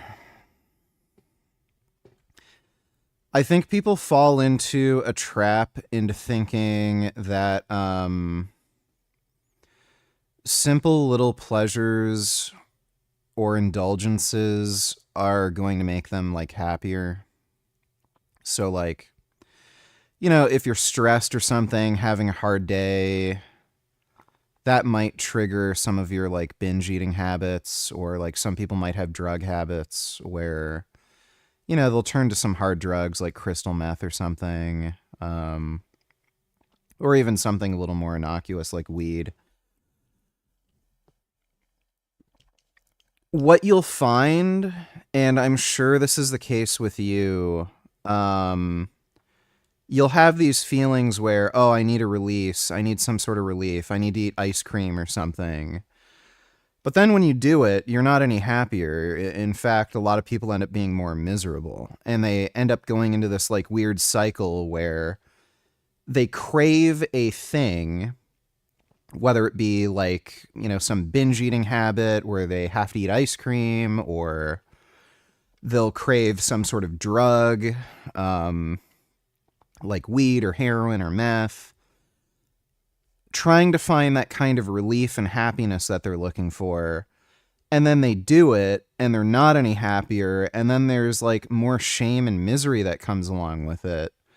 And they get in this loop where they think they're going to get what they're looking for, and then they don't, and then they feel shitty, and then they look for that like little simple pleasure again, and it just never works, but they keep trying again and again and again. Happiness is not found in giving into cravings or indulgences. Happiness is found in acts of will. Like, you'll always hear this from hard drug addicts. I wish I could stop. I'm in this, like, never-ending spiral, and I feel like I have no control, and it's making me miserable. They specifically mention having no control.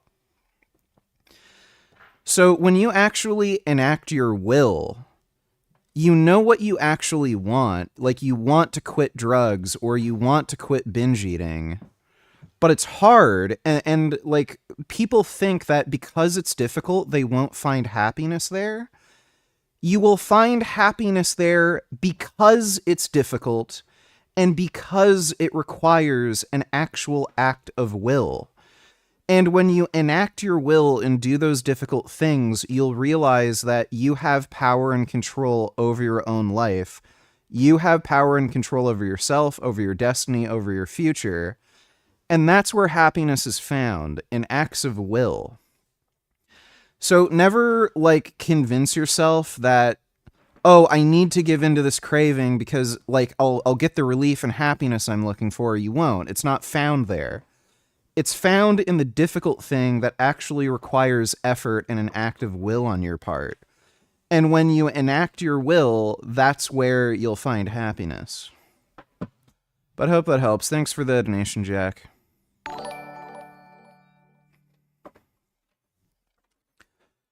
Dodo donated $2. As a matter of fact, yes, in old movies and even TV shows, women would admit they were wrong. Such as Edge of 17, link here.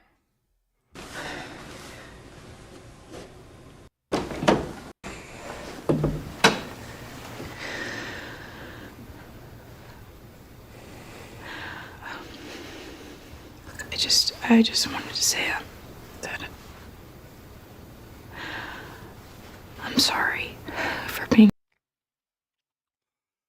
Well, this is only a fantasy, Dodo. I've never seen that in real life. And good luck, Charlie, link here. Bob? Where is he? For heaven's sakes. What are you doing? Fine, I'm sorry, okay? Again, this is probably a script written by a man. This would never happen in real life. Thanks for the donation, Dodo. Kid Boo donated $2. Let me see.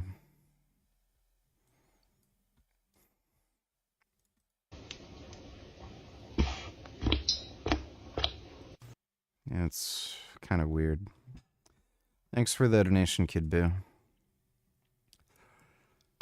He probably had to piss, only $2. He just leaves. In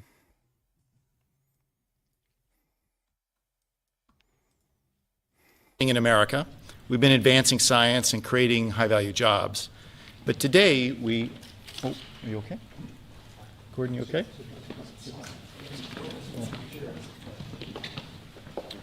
Yeah. Okay. Let's take a break. Yeah. Well, the meeting's over, then yeah, I'd leave. Thanks for the donation. He probably had to piss. Gay retards Palestine is gay, please free Israel, all hail President Trump cock.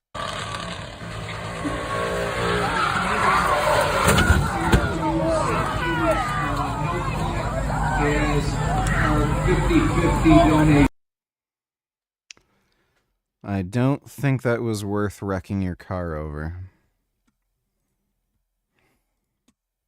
Usually I don't eat breakfast. Okay. I usually do intermittent fasting. I try to make it so my first meal is lunch. If I eat breakfast, I try to eat protein. Eat eggs and bacon, then I try to stop eating after 7 o'clock at night. Okay. And then what are you eating throughout the day? Maybe I'll eat some nuts. I keep peanuts and pistachios in the car or snacks, and we keep dried mango. And then dinner, steak? I eat protein, a lot of protein. Protein. I don't eat processed foods. I don't eat anything that comes in a packet. And I don't eat anything that has more than 3 ingredients in it. Right. That's the key. Pretty much I eat whatever I want, and I eat large amounts of food. Eat a lot of food. You're not worried about calories? I'm not worried about calories. I don't worry about.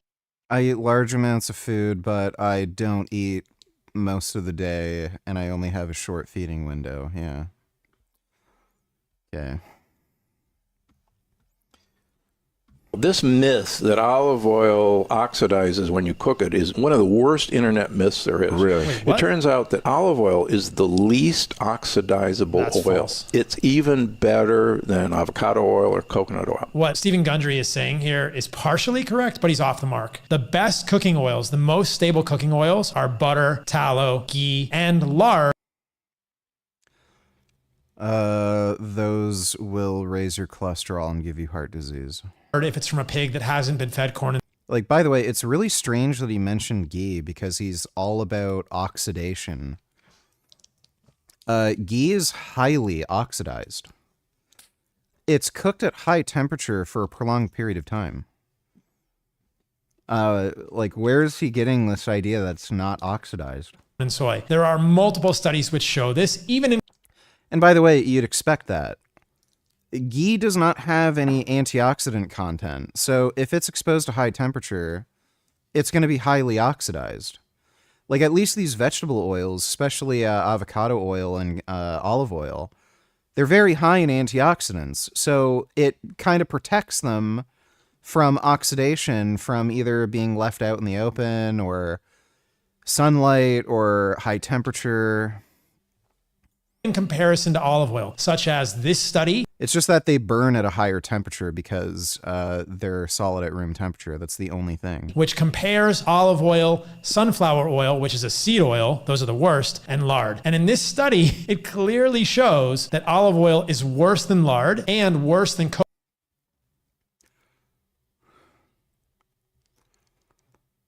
lipid oxidation products.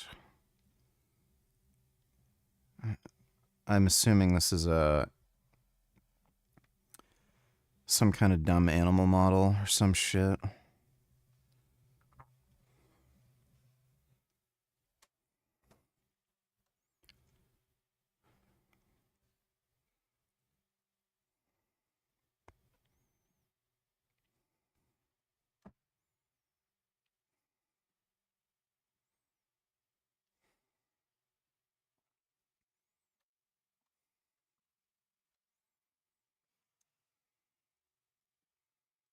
coconut oil. Stephen Gundry is off the mark here. I would not cook in avocado oil. I would not cook in olive oil. If you want to cook in an oil, which I don't actually think you need to do that much of the time, use tallow, use butter, use ghee, use coconut. Why would the assumption be that these lipid oxidation products are more harmful than raising your serum cholesterol score? Oil, or use lard. Like, even assuming this is a thing? Lard from a good pig. Don't cook in olive oil, guys. Yeah. Well, he's a fucktard. Thanks for the donation, Eno Cordova. Hey VG. I want to formally apologize for questioning you about your reasons for steroid use a few days ago. What you put in your body is your own business. No judgment here. I can't even remember you saying anything, so don't worry about it. Thanks for the donation, though, Mike. Have you ever consumed high amounts of spinach for long periods? No. Spinach is, gross. It tastes like shit. You burn. And I hate it. So I've never consumed spinach for long periods. Thanks for the donation, though, Mills. SV, donate $2. Let me see. What kind of pumpkin did you make? My pumpkin is my girlfriend. Oh. Wow. What? Pretty sure that's AI.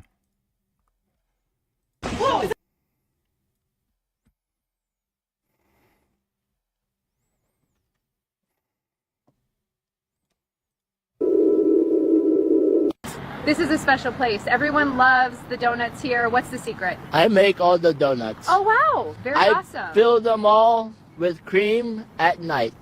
This is my turn. That's nice. Thanks for the donation, SV. Girl was asking me, you were asking my girl, do you like to go to the speed shop with your... She doesn't give a crap about cars. One thing this girl said, I just wanted to see if I can bring it back a little bit. But if we have to go and we get to go together, that's amazing. These men, they don't like their wives, and we have to stop normalizing this. See, that's a line. That right there. That was the line I was looking for, okay? Do not let her... Manipulation. On you, okay? That's what it is. She's seeing the fact that someone is not ecstatic as like they don't love you. Just take that logic. Let's say I'm forced to do things with my kids I don't want to, like I have to take them to practice. I don't probably enjoy it, but I love them. So I'm making the effort for them, and I know it matters to them. But in her logic, you don't love those people because you don't enjoy everything with those. Do you think that my dad loved standing up in a fucking cold-ass arena? We're in Canada, don't forget. While we were making laps, me and my sister, just so we could get the experience of ice skating? No, the bitch is cold. Oh, ice rink? Yes. Oh, ice rinks are cold. Yes. Because the ice is not supposed to melt. And it's inside.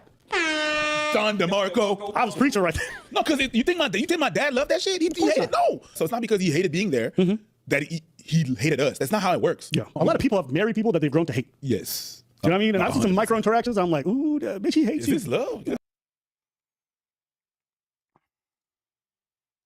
The Walk and Talk vlog. Hope you're doing well, and thank you for joining me on this very rainy day, which is why I find myself inside. Zoran Mandami transition team is all women. We about to see NYC turn into Gotham City.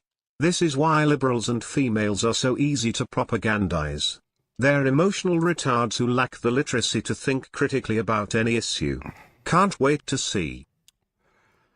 Well, since he's got women working for him, you know, no work's going to be done. So, depending on how you look at it, that could either be a good or bad thing.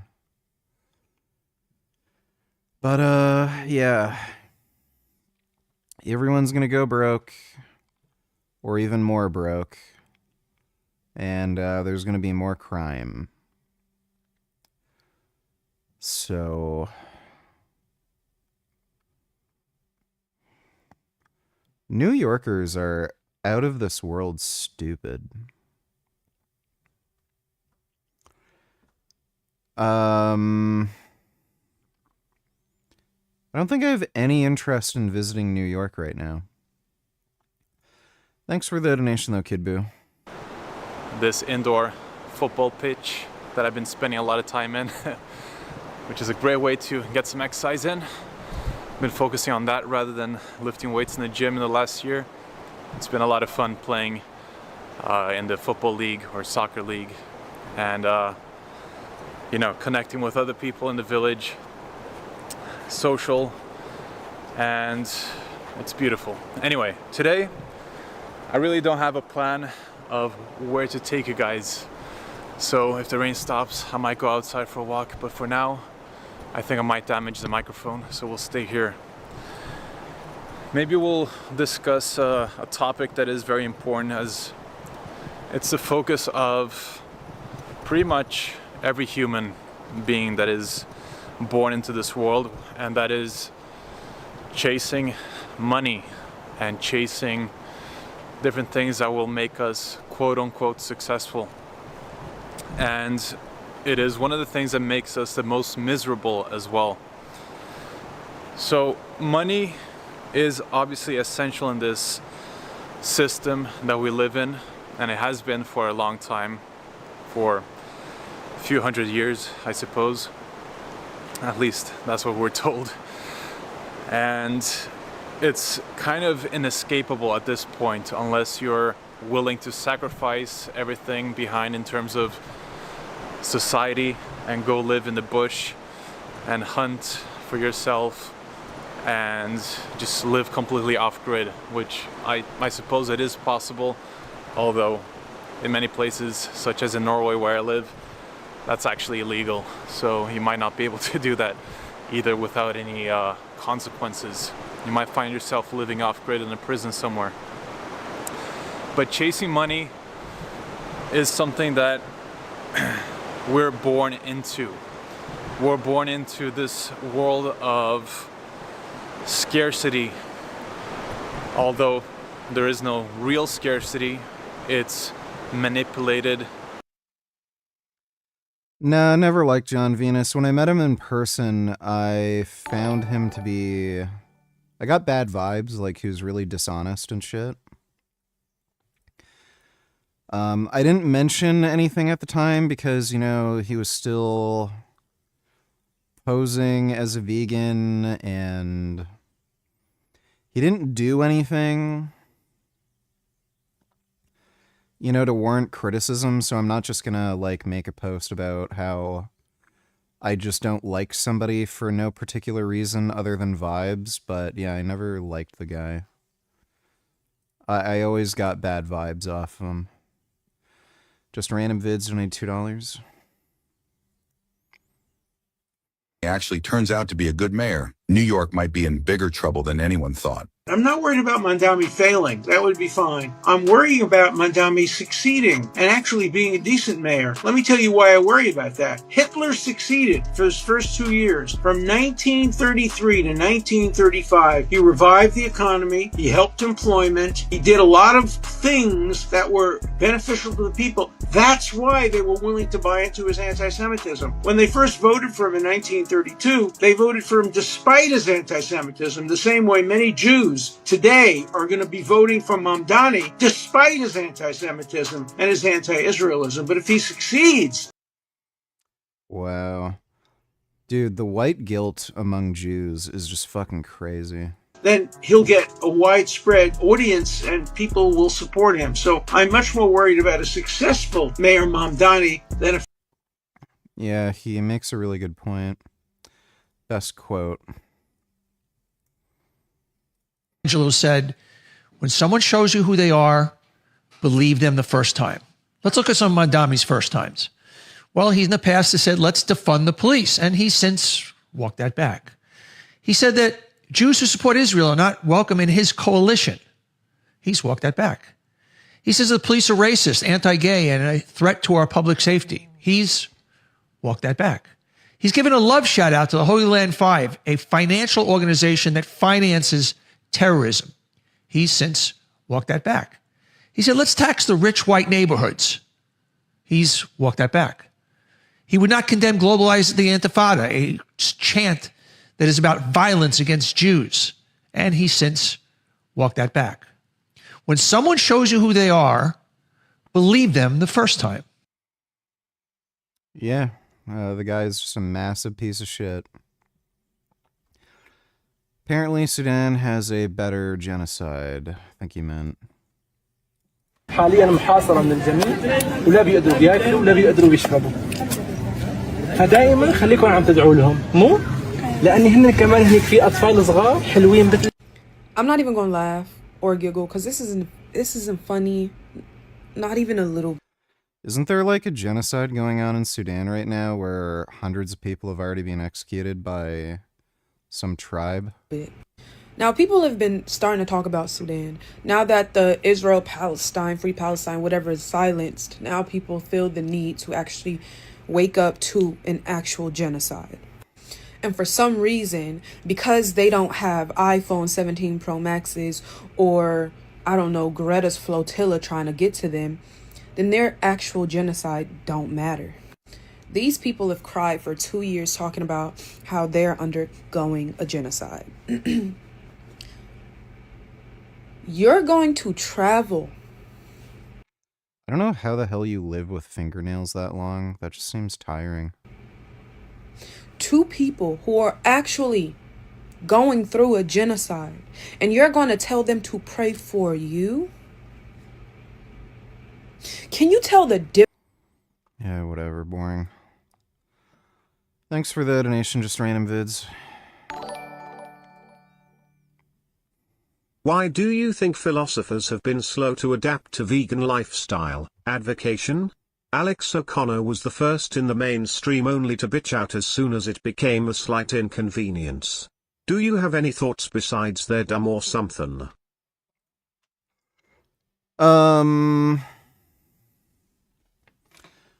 A lot of the people in the quote-unquote skeptic sphere, or people who liken themselves to public intellectuals, they're entitled left-wing jackasses, and they like to just blab about how they're better than everybody else, and it's very easy to virtue signal about, you know, the dangers of religion and how it's bad for kids and society and all this crap, but they don't really do anything. So it's just the types of people who end up being in these spaces. They're just lazy. They're not as smart as they think they are or want people to think they are. Like, all they're really doing is just dunking on religious retards, which doesn't take much effort.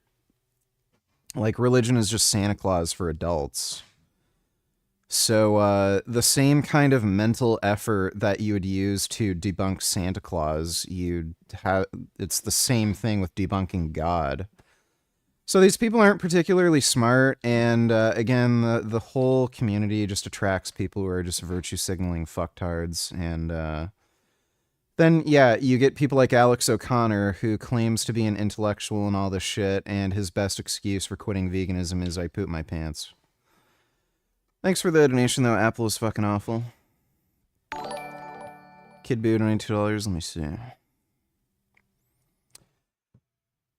Zoran completely breaks the brains of MAGA and makes them revert to 2003 war on terror-style hardcore Islamophobia, calling him a jihadist. This dude is such a gay, retarded cuck. It's just unbelievable. Yeah, you know, just wait. Probably just a few months, then we'll just all be saying I told you so. Thanks for the donation, Kid Boo.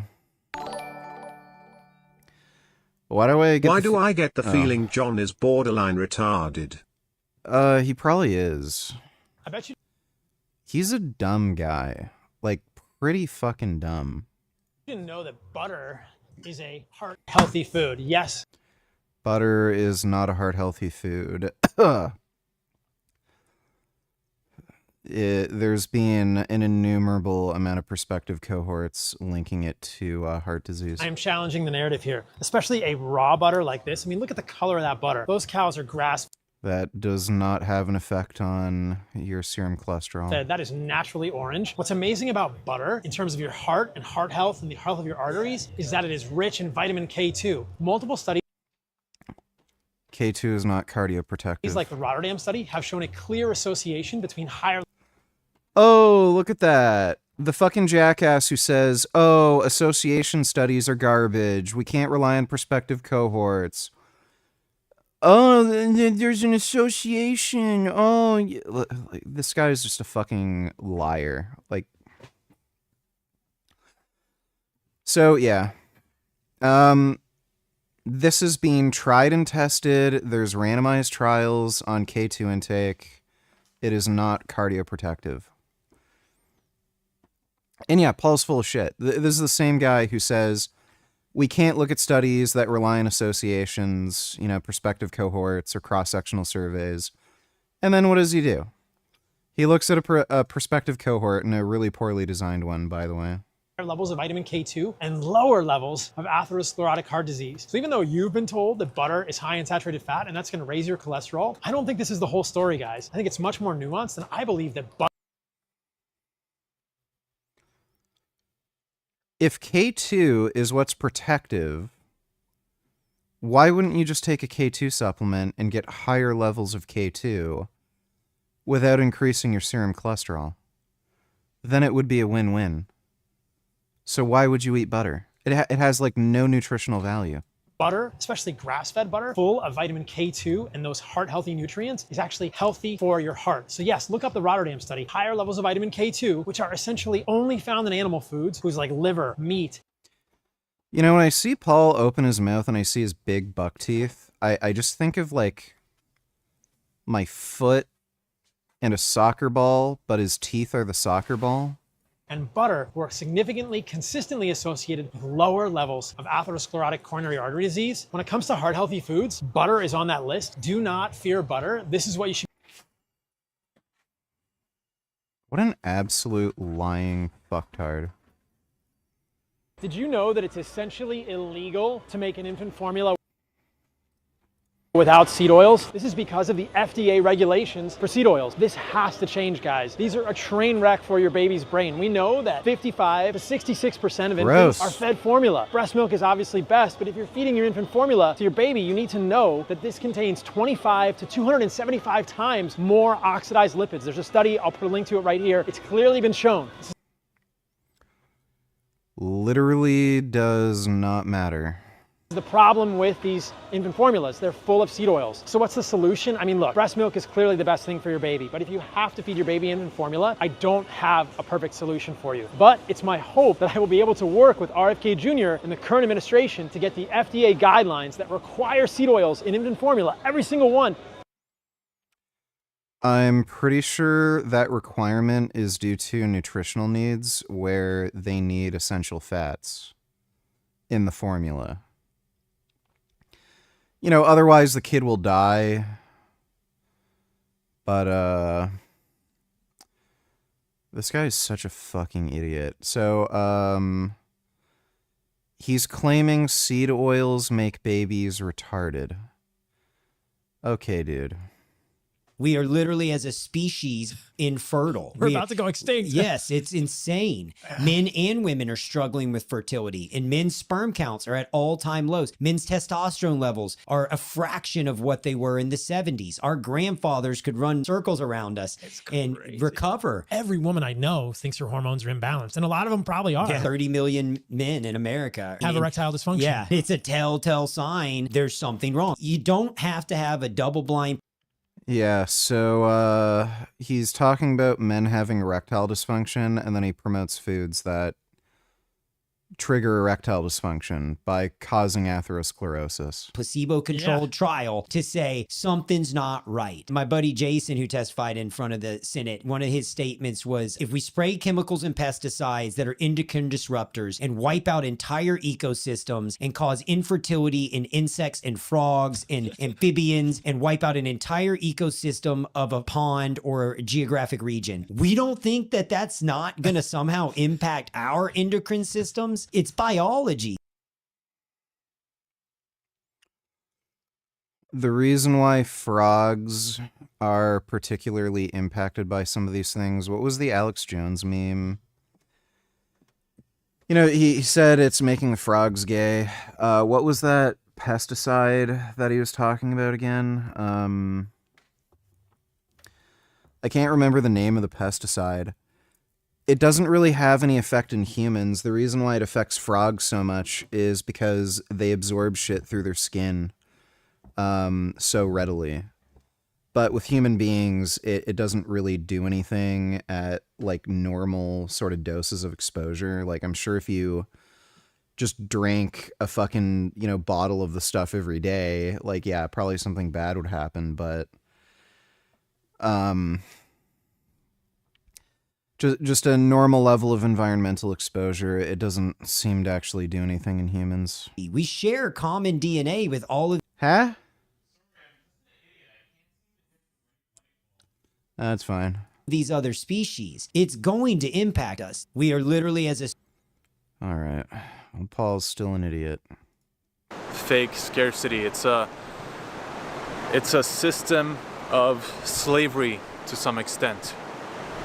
And so, since everyone in the whole world is chasing that same desire, that same material possession of money, which allows for other things in life, we're all in the same boat in this as a...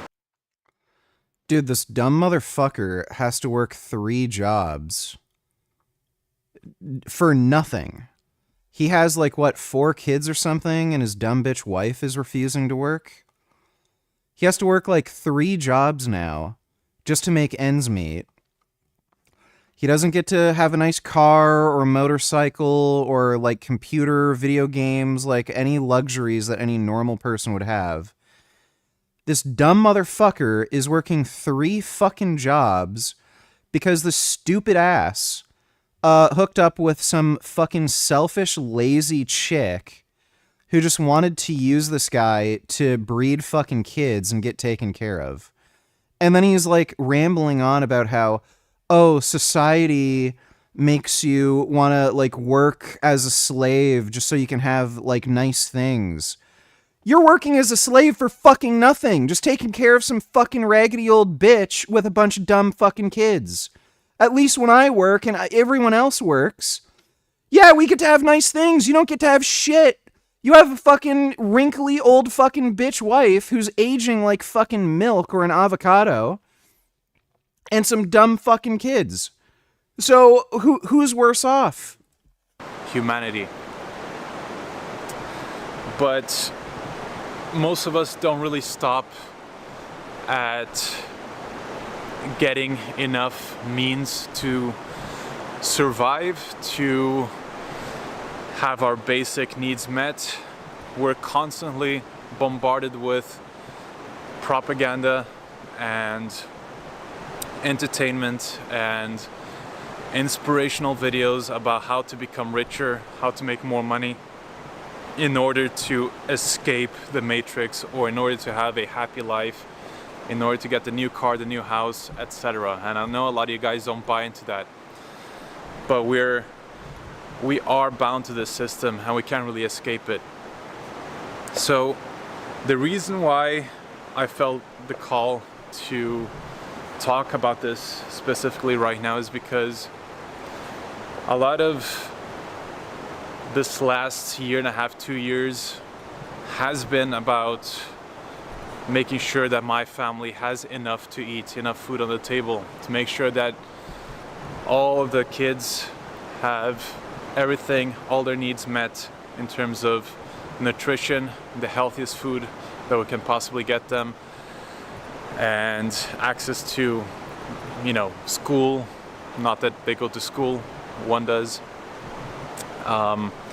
Access to clothing, the best winter clothes, which you really do need in a cold place like this, etc. So because we ran out of money after not working for 4 years.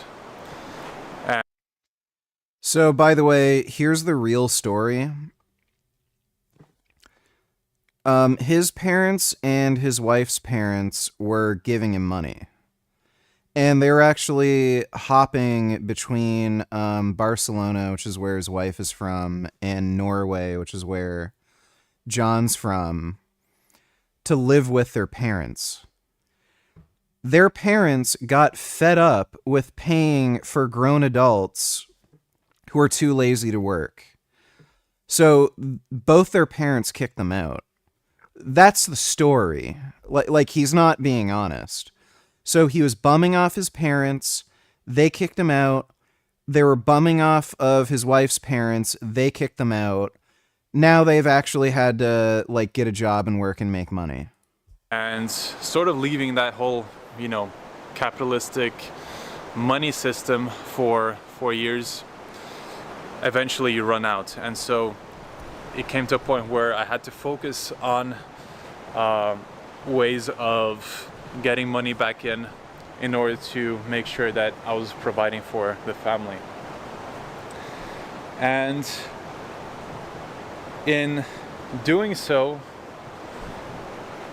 the thought process behind stressing when we're getting close to running completely out of money, when you get to that point of consistently needing to work out how you're going to get by every month, how not to overspend, it does become a stress, right? It is not a nice place to be, to make sure that you're not choosing the most expensive version of this or not buying too much of that. I like having enough money to buy whatever I want. I'm poor now and I can't buy whatever I want, and I don't like that. I'm Jon Venus. I think I'm sharing deep intellectual thoughts. Making sure that you're not wasting any food. Otherwise, who knows, you might miss a meal. It's not a nice stress to have in everyday life. And that is a situation that a lot of people find themselves in. Oh my God. And not only people who are not making a lot of money income-wise, it also is very similar to people who make a lot of money, because the amount that you spend just keeps going up the more you make, and so you're kind of in the same boat in terms of worrying about how much you're spending, how much you're making, savings, etc. It just looks a little bit different. It's a different variation of the same issue. And so while one person is struggling to find out if they can afford an extra date at a restaurant this month, someone else might be worrying if they're gonna be able to afford a 3-week 5-star hotel trip to Thailand or something. And no matter how different those two scenarios seem, the same scarcity mindset, the same stresses and worries are still present in both of them. No, they're not. Because worrying about not being able to eat or going homeless is not the same kind of stress as worrying about not being able to afford a vacation. You fucking idiot. This is like when that fat, ugly feminist chick said Twitter gave her PTSD, and she started arguing with a Marine Corps veteran on whether or not you can get PTSD from troll comments on Twitter. And she literally said you can develop PTSD from troll comments on Twitter and have the same severity of post-traumatic stress as someone who literally fought in fucking combat in a war. That is just so fucking ridiculous to say the stress of going homeless is the same as the stress of not being able to afford an expensive vacation. You're a fucking idiot.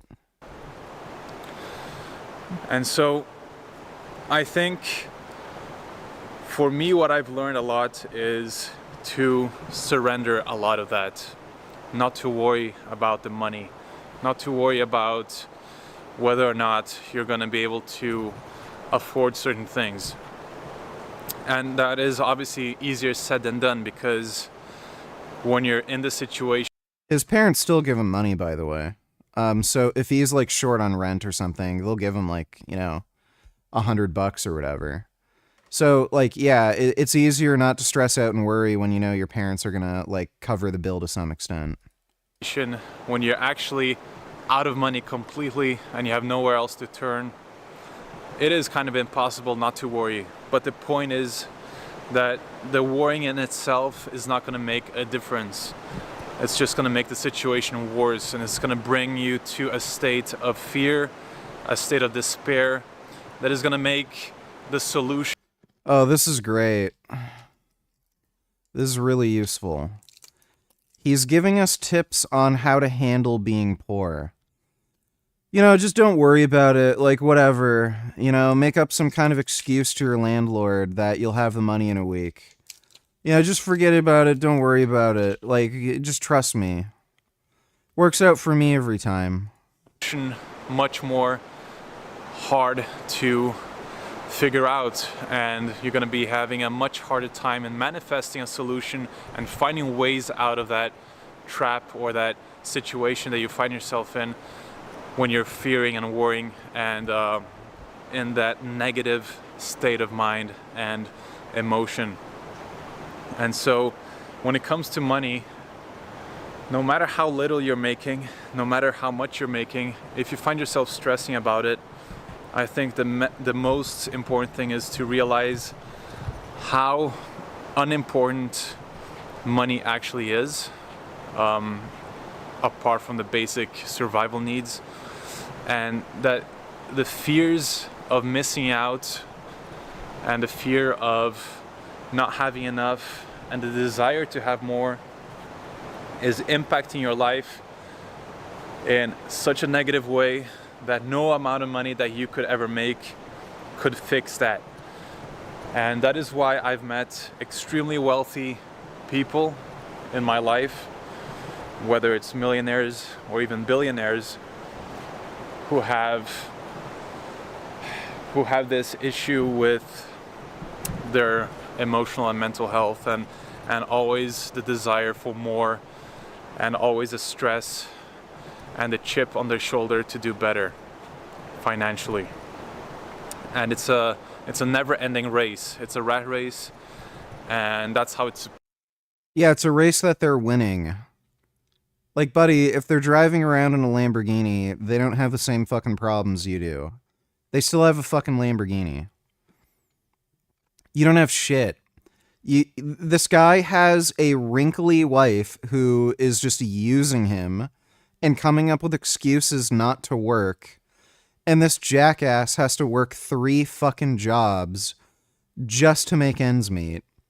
And then he's saying, oh, I know a millionaire who's like worrying about stuff and making more money, so he's not in a different situation than me.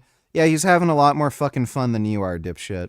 Supposed to be, you know, this is a system that is supposed to keep us entrapped for life. This is not you can never make enough money to escape.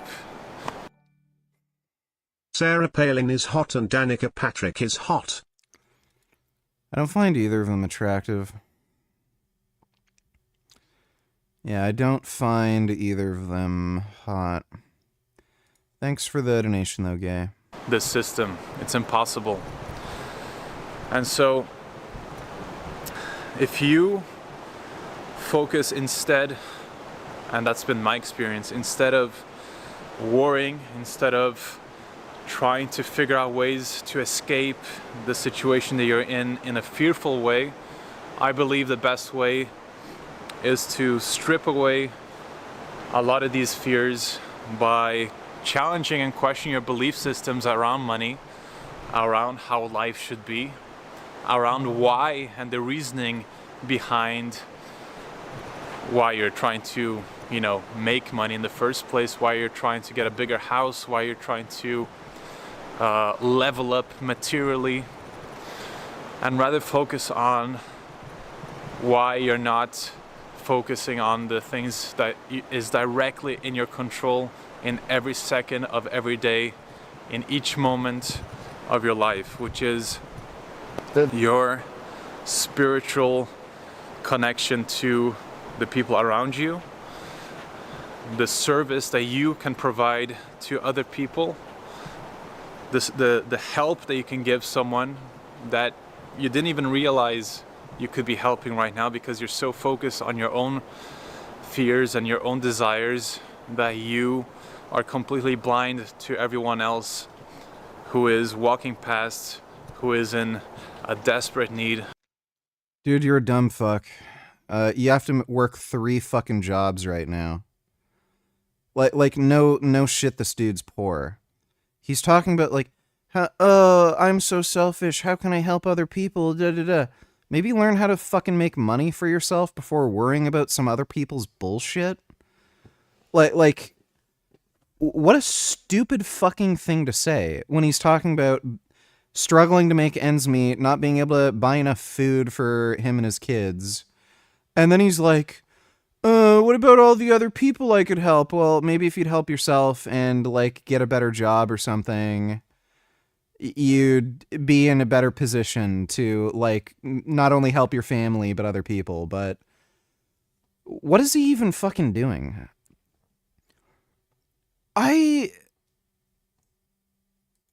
If like he said he's getting a 3rd job, where does he have the fucking free time to even shoot these stupid dumb fuck videos and wander around and play soccer if he's working 3 jobs? Like, is this some kind of disability thing where he's being found to be mentally retarded and the 3 jobs he's working are like 2 hours at a grocery store a week? I don't know what the fuck, like what the hell this guy's doing. Of just a moment of human connection and someone to listen to them or just to be in their presence. And our emotional state can change so fast if we just allow ourselves to, because in the silence of the present moment, if we allow ourselves to get there, there is peace. There's always peace. You can't really be... No, he's not vegan. He eats meat. He's a fucking retard. ...silent and have a clear mind and feel pain and torture at the same time. Because pain and torture and these horrible emotions come from these thoughts. Without the thoughts, those disappear. And so that is in our direct control right now at all times. If you feel sad, you're going to feel sad. But if you don't feel sad, then you're not going to feel sad. Oh, that's cool. Oh, now I know if I'm sad and I don't want to feel sad, I'll stop feeling sad. Oh, good. And it's difficult to do, and we resist doing the most necessary things in life because it does get us to challenge a lot of our beliefs and a lot of our actions, and also it requires us to humble ourselves and to realize that we may have been approaching things our entire lives completely wrong. And that is a difficult thing to do. But instead of chasing the money, maybe the best approach is to chase that stillness. Buddy, you said you're working 3 jobs. Nobody is working 3 jobs if they're not chasing money. And at peace, because... Bro, what a cope. I don't know why people can't just admit they fucked up and they're stupid. This guy fucked up in so many ways. Leaving the whole vegan movement for no reason. Who the fuck knows what the hell was going through his mind there. He was making really good money doing online coaching. He told me when I was with him, when we met up and did that collab, he was making $100K per year off of online coaching alone. And his wife or girlfriend at the time, I don't know if they were married yet, she was helping him out with it. He ended up leaving the vegan movement and talking about how a vegan diet ruined his health. And he showed a photo where he had like a pimple on his face. And a photo a week later when he started eating eggs and stuff and the pimple was gone. So apparently the eggs healed him from the disease he had because the pimple went away. And then obviously ruined his online reputation and career. Fucking married this idiot chick who is lazy and refuses to work. And then, on top of that, he has a bunch of fucking kids he can't afford. Like, just admit you're a fucking idiot, you're a fuck up, you're stupid, you ruined your career, you ruined your reputation online that was the reason you were able to make money. You got with some dumb bitch who's taking you for a ride, and for no reason you had a bunch of kids you can't afford. You're just a fucking idiot, and you fucked up. Your life is objectively worse compared to what it was before. In that peaceful state, in that silence, a lot of these things that we're thinking about, a lot of these problems that we think we are facing might not be real. And you might see clearly beyond those things, and the solutions to that immediate threat financially might come to you effortlessly. And the only way to find out is to try. And that Dodo donated $2. Let me see.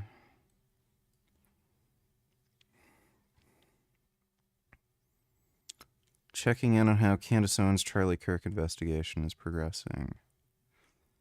Hey guys, this is me. My teammate and I were just on campus to get food and stopped by the event. We always wear silly stuff like that. Sorry, guys.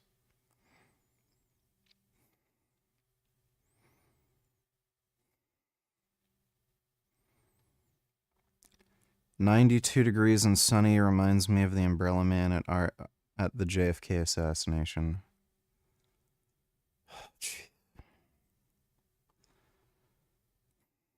She is literally just Alex Jones. That is Jewish. His mother was Jewish, and his grandmother was Jewish. So, Mr. Mayor, we might find out very soon that you're Jewish. Don't hang out with me. So, welcome to our community, and I want to tell you about Rabbi Indig. Not when your numbers were up, when Adams dropped out. First day he called me up and told me, I like this guy and I'm going to meet him no matter what the consequences are. He called me after he met you. He told me, this guy is a friend of the Jewish people. He's real, he's sincere, and I believe he's going to be the best mayor of New York City, and I'm too good with him. We hope you come back. Yeah, they're not too bright.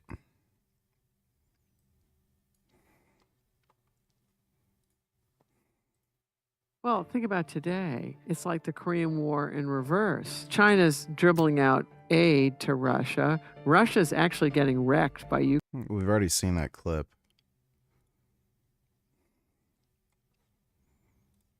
But today we... Oh, are you okay?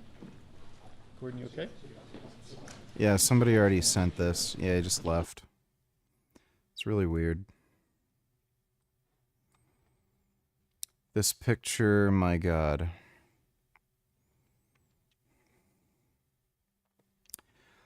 A lot of awkward clips from the Trump administration. Thanks for the donation, Dodo. You would know a thing or two about marrying some dumb bitch who doesn't work. Wouldn't you? Nigger. Okay, that's nice. Thanks for the donation, 21st. That is in your power to do right now, this second. Doesn't require anything else rather than your silence for a prolonged period of time. All right, guys, rambling is over for today. Still raining outside, but maybe next time.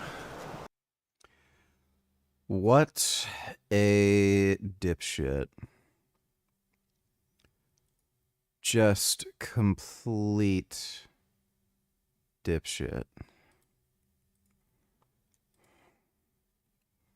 Hello and that's a video about dishwashers. How can Zoran be a jihadist if he wore a yarmulke and talked nicely with Jews and expressed his support for them and against anti-Semitism, etc.? ISIS and actual jihadists would never do that. In fact, they hate those Muslims the most that do that. That's a great dude. It's wonderful. Thanks for the donation, you stupid, dumb motherfucker. You've got to be the dumbest guy who donates to me at this point. I think you're literally at the top of the tard list. Thanks for the donation, though, stupid.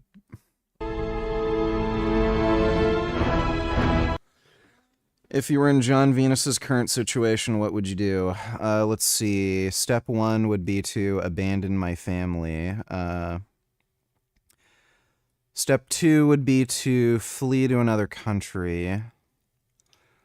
And I guess step 3 would be try to be a vegan influencer again, since that worked before.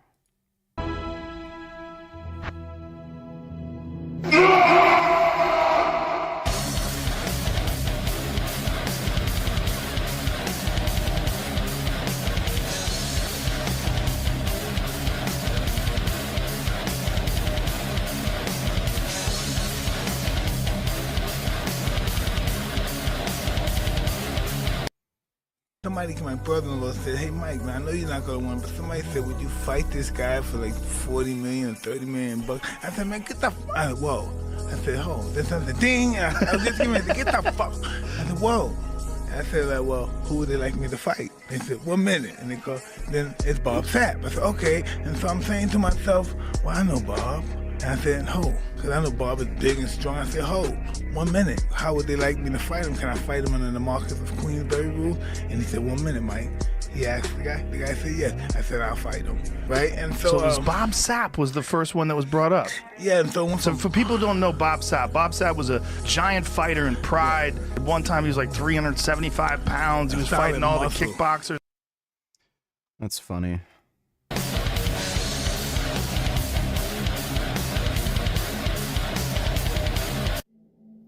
All right. Dodo donate $2. Let me see.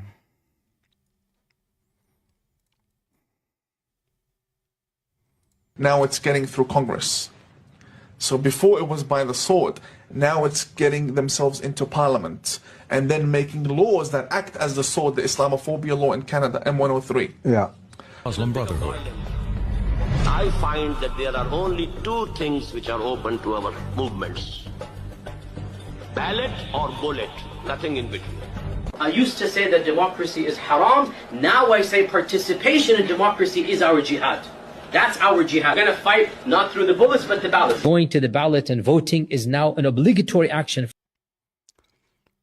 Am I misremembering, or was this guy actually found to be part of a terrorist organization? Fard Ain, and it is a jihad that is now needs to be done because this is our modern jihad. You can elect a person who wants. Yeah, dude, white guilt is ruining all of our countries. I don't know why it's so hard for people to just say, yeah, get your fucking third world shit out of here. We will prove that there is no problem too large for government to solve and no concern too small for it to care about. Yeah, wouldn't it be funny if you went and screamed and interrupted them? What would you say?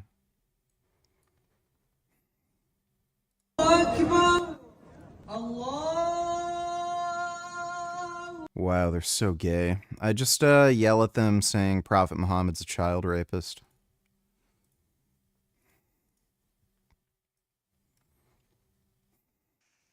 Mr. Johnson, Mr. Trump, Ms. Trump, I'd like to ask about your father's relationship with Israel. He's taken over $230 million from pro-Israel groups. During the summer against Iran, even though he advised against it, Israel still attacked Iran and the U.S. still bombed on behalf of Israel. Your father's frustrations with Netanyahu have been made clear when he cursed on national TV over the situation. Israel has not been a great ally to the U.S. all the way since 19... Whatever, boring, stupid. Thanks for the donation, Dodo. Yesterday, I did a stream of Fallout, and then right after, people told me that the Trend twins went to Unk's gym, Diamond Gym, to work out with him and Hattie Abdel.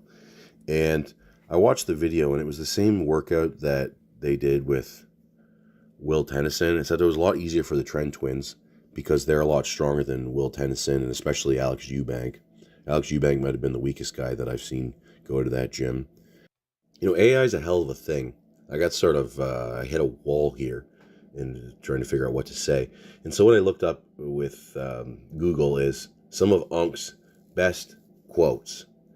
And his top quote is, "This is not a workout. This is your reset. And I'd rather go too far than not far enough." Depends on the situation. Because let's say you, if you've suffered a muscle belly tear, you're going to wish that you held back a little bit. It is important to have strong willpower, but life isn't an anime, and you can't overcome physical reality just by willpower alone.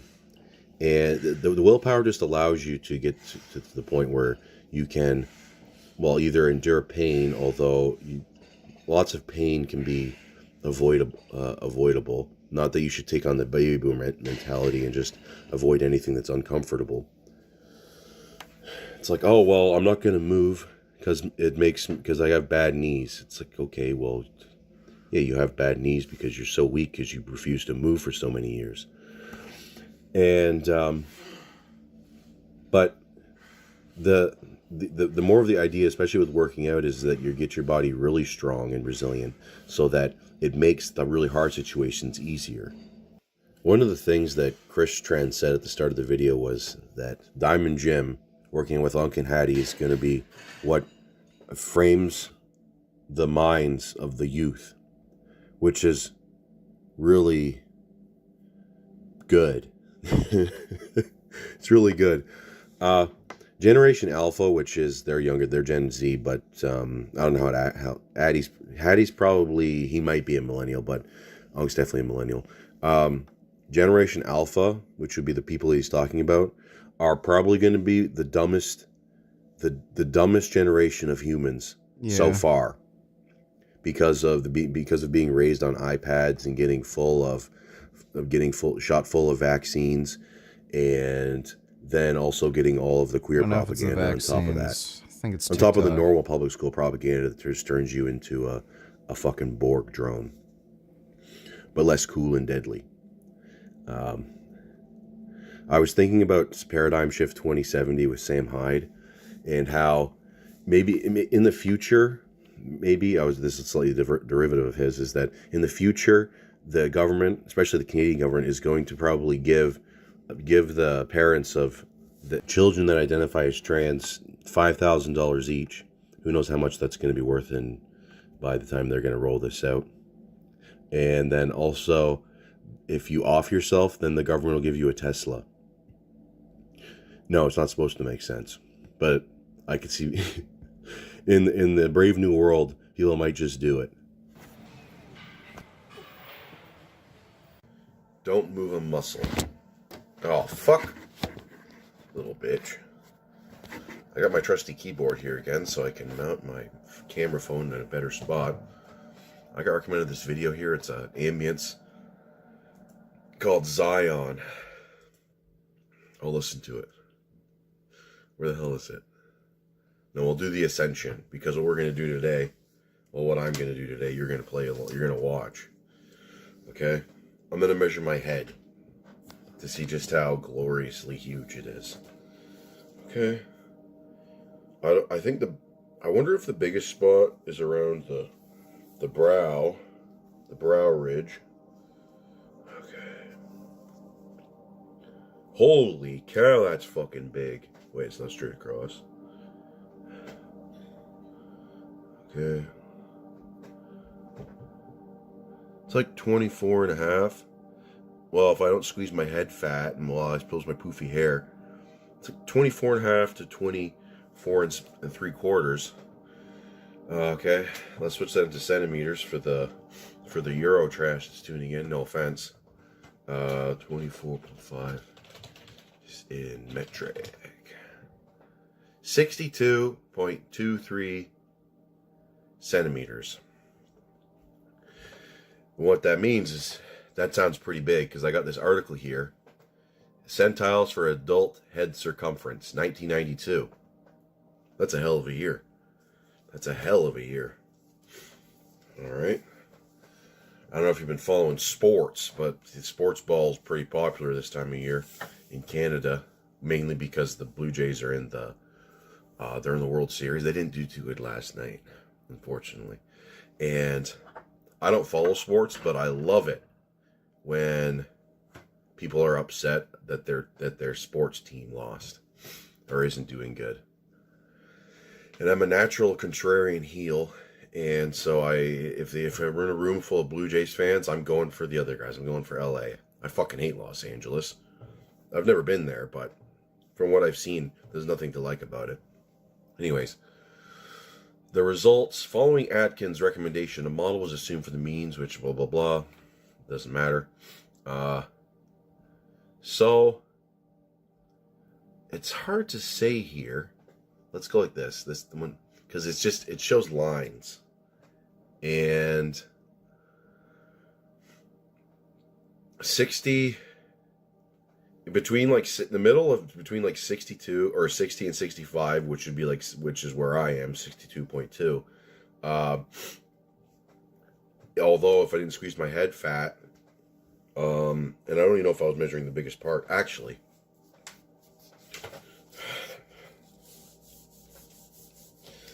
Okay, just a minute.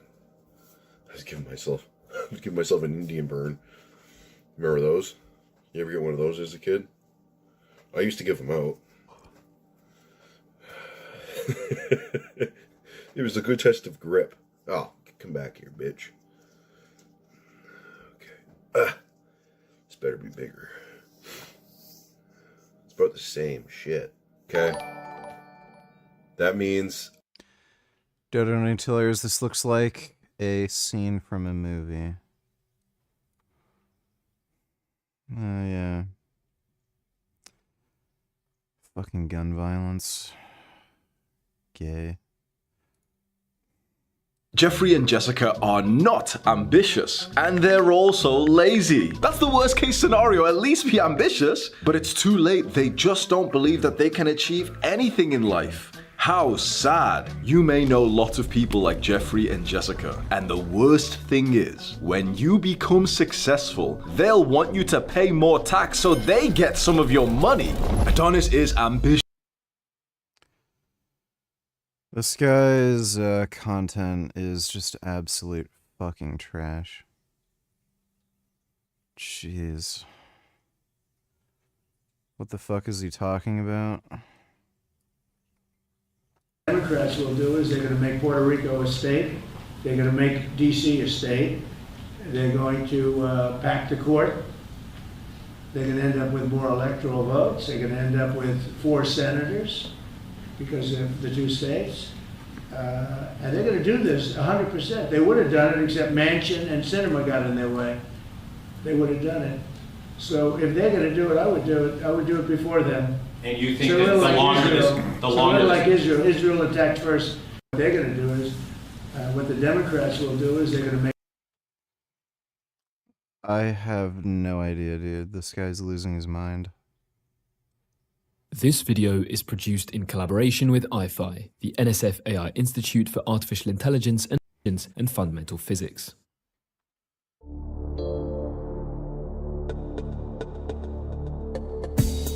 Welcome back to Science Click.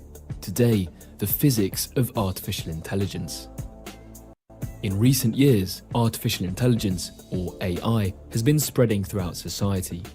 Chatbots, image generators, but also black hole photograph enhancers and protein structure predictors. On October 8, 2024, John Hopfield and Geoffrey Hinton received the Nobel Prize in Physics for their contributions to this field. But why a Nobel Prize in Physics for artificial intelligence? In this video, we won't be discussing the specific applications of AI, nor the ethical and societal questions it raises, but rather the basic principles behind these algorithms. We'll see that there are unexpected links with magnetism and particle physics. Together, let's dive into the physics of AI.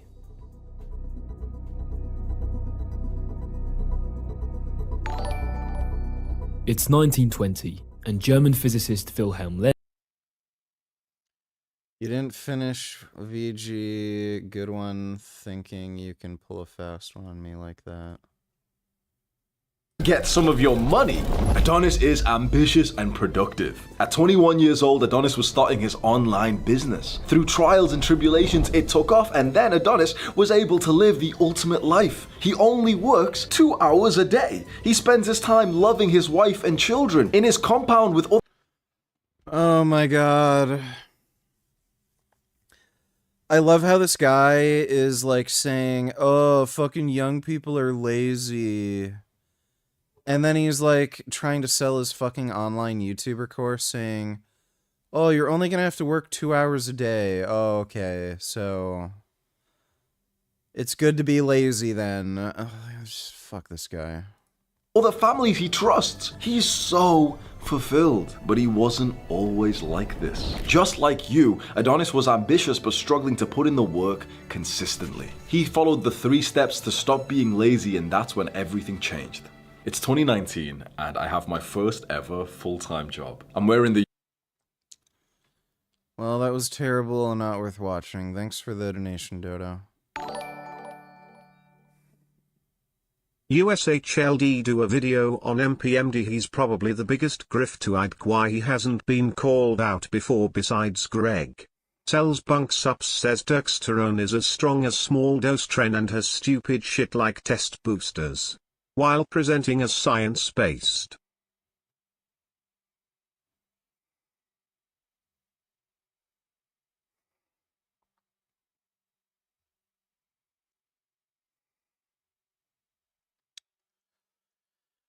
It's all cynical nonsense, dude. So here's the reality.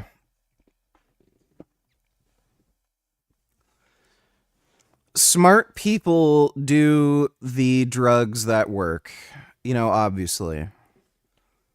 Why would you take some over-the-counter supplement when you could take a drug that works? So Derek and Greg, they've been doing steroids, peptides, they've taken human growth hormone, you know, all the shit that works. Well, they can't sell it. Like they're either illegal or controlled substances. So how do you make money? You come up with bullshit fucking supplements that you can sell to people. It is what it is. Like, it's just an entirely cynical decision on their part. You know, maybe some of the supplements they sell are worth shit. Like, I think they sell creatine, you know, protein supplements. You know, those technically work. It's just protein. You know, shit like that. But then you've got crap like Turk test boosters. Like, they're fucking horse shit. But there's a market for complete and utter fucking morons who are scared of needles. They're too stupid to source steroids themselves. Or they're too broke to go to a TRT clinic. Or they're like, you know, dumb cunts who are like, ew, steroids bad. And there's a market for those people. It's called, you know, fucking test booster supplements that you can get over the counter. So if dumbasses are willing to buy the stupid worthless shit, you know, why not sell it, make a buck off of them, and then all the smart people can just not buy your supplements and actually get fucking gains. I'm not even mad at some of the stupid shit that Greg and MPMD is doing. It's just when they're like deliberately being dishonest, that's what irks me. Like when Greg lies about testosterone replacement therapy, like it's clear what he's fucking doing. But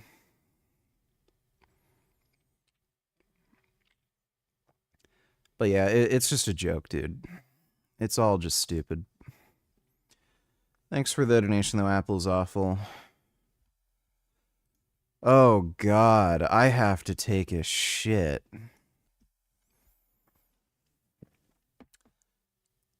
Fuck, I got a shit. Well, I'm gonna go poop.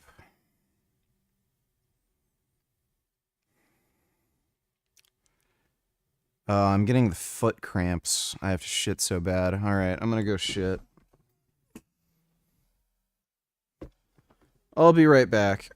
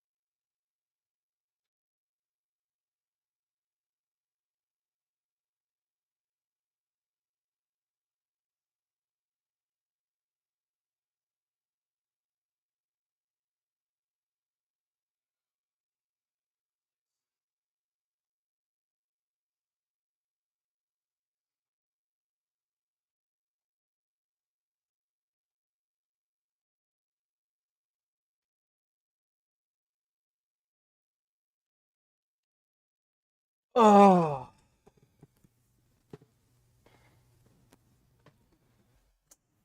That took longer because I had to wait for Isaac to get out of the bathroom.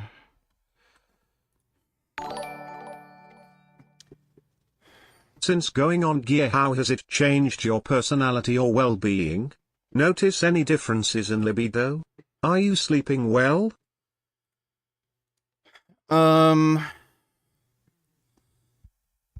It's definitely caused overall improvements to my mood, like I'm happier.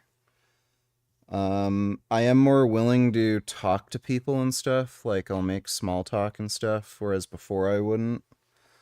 So I'm just like in a better mood overall.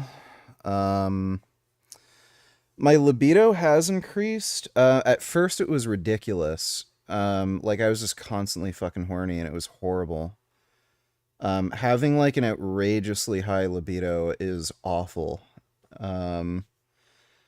But it's gone closer to normal. It's still more than it was before. I'd say like about 30% more, but not crazy. And I am sleeping very well. I inject growth hormone before I go to bed, and growth hormone knocks you the fuck out. You sleep like a fucking baby on growth hormone. Thanks for the donation, Real Steel Rumble. Nice fat shit. Oh yeah, it was a nice fat shit. Lenz proposes a physics problem to his student, Ernst Ising. The professor asks Ising to study a model for understanding magnetism in certain materials such as iron, which can form permanent magnets. A block of iron is composed of atoms whose electrons generate tiny magnetic fields called their spins. Roughly put, they can exist in one of two states. The only reason the government banned steroids is for stupid political reasons. It had to do with the Olympic Games. Basically what they wanted to do was they wanted to have leverage over the Olympics so that they could arbitrarily ban certain athletes so that the US would have better chance of Olympic gold medals. So they ended up making steroids illegal and Schedule III drugs and all this other horse shit, and they put out propaganda nonsense about how bad steroids are. There's no reason whatsoever to ban steroids, especially considering what other drugs are legal. Like, there's no logically consistent basis in which you could say steroids need to be banned, but alcohol is totally fine. Alcohol is a far more dangerous drug, has absolutely zero benefits, just makes you fat, sick, and stupid. You have a way higher risk and threshold for abuse. Causes way more societal problems, way more personal problems. But you don't need a doctor's prescription for it. You can buy as much alcohol as you want and fucking overdose and kill yourself. But yeah, with steroids, oh, you need to go to a doctor and it needs to be prescribed and you need your health monitored. They sell alcohol at like fucking gas stations. Like, we know it's liver toxic, we know it's kidney toxic, we know it's neurotoxic, we know it causes cancer. You do not need to be monitored by a doctor if you're taking alcohol, but steroids, ooh, like, it's just silly. So they banned them entirely for political reasons. Nothing more, nothing less. Up or down? To schematize this structure, Ising considers a grid of atoms, each carrying an up or down spin. He is interested in how this network evolves over time. First of all, the ambient temperature causes the spins to fluctuate randomly. Second, adjacent spins in the grid tend to align, because this configuration requires less energy and is therefore more stable. As time passes, we see magnetic domains in which nearby spins are aligned with each other. Finally, if we add an external magnetic field, all the spins tend to align with this field, transforming the iron block into a large-scale magnet.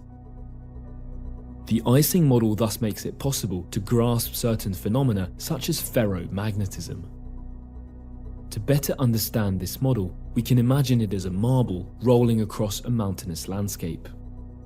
The marble's position represents the grid's configuration at a specific moment in time, while its altitude represents the energy associated with that configuration. Over time, the marble In the rolls earlier towards stream, lower, you said more you want stable to get a pendulum squat. config- The gym I go to doesn't have a pendulum squat. It only has a hack squat. Do you think the pendulum squat machine is better for quad or hamstring growth? Squats don't train your hamstrings, period, but I would say the pendulum squat, at the very least, it better targets your quads. With hack squats, you can get a lot more hip involvement, so like your glutes fire a lot more, whereas with a pendulum squat, you feel it way more in your quads, especially if you put your feet lower down on the platform. And they just feel great. Hack squats I've always found kind of aggravate my knees, but pendulum squats are easier on your knees and they better target your quads. So the next piece of gym equipment I'm going to get is probably going to be a pendulum squat. But thanks for the donation, Didi. configurations as the spins align with each other and the grid relaxes. Happy 97 days on steroids. Well, thank you, Street Vegan.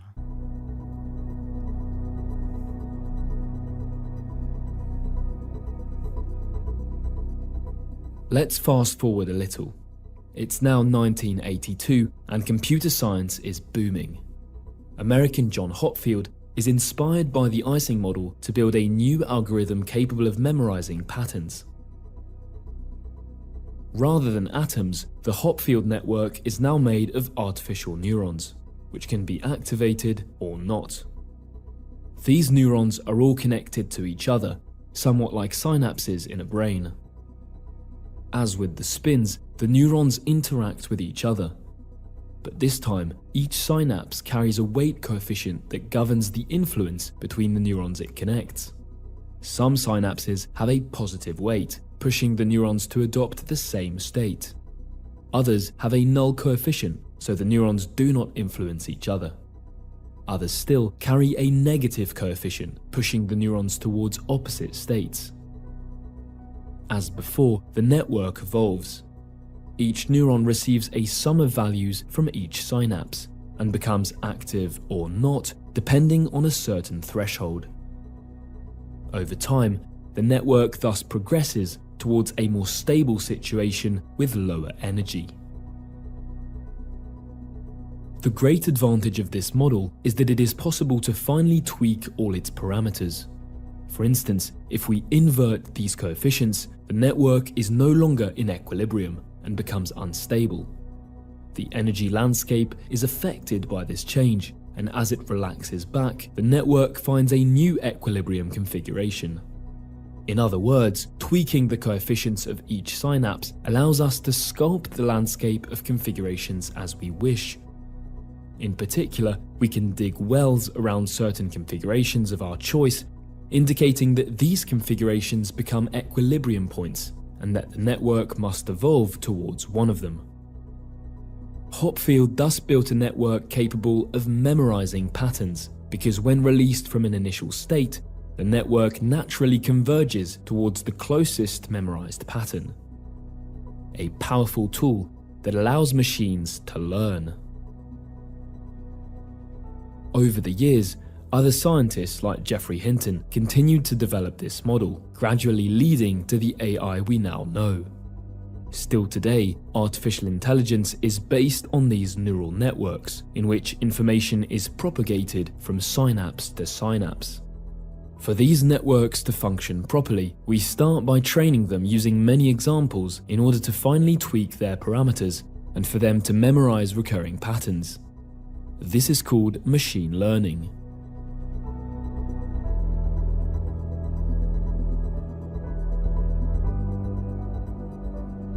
We've seen so far that physics has influenced the development of artificial intelligence, but it turns out there's another, perhaps less known connection between neural networks and fundamental physics.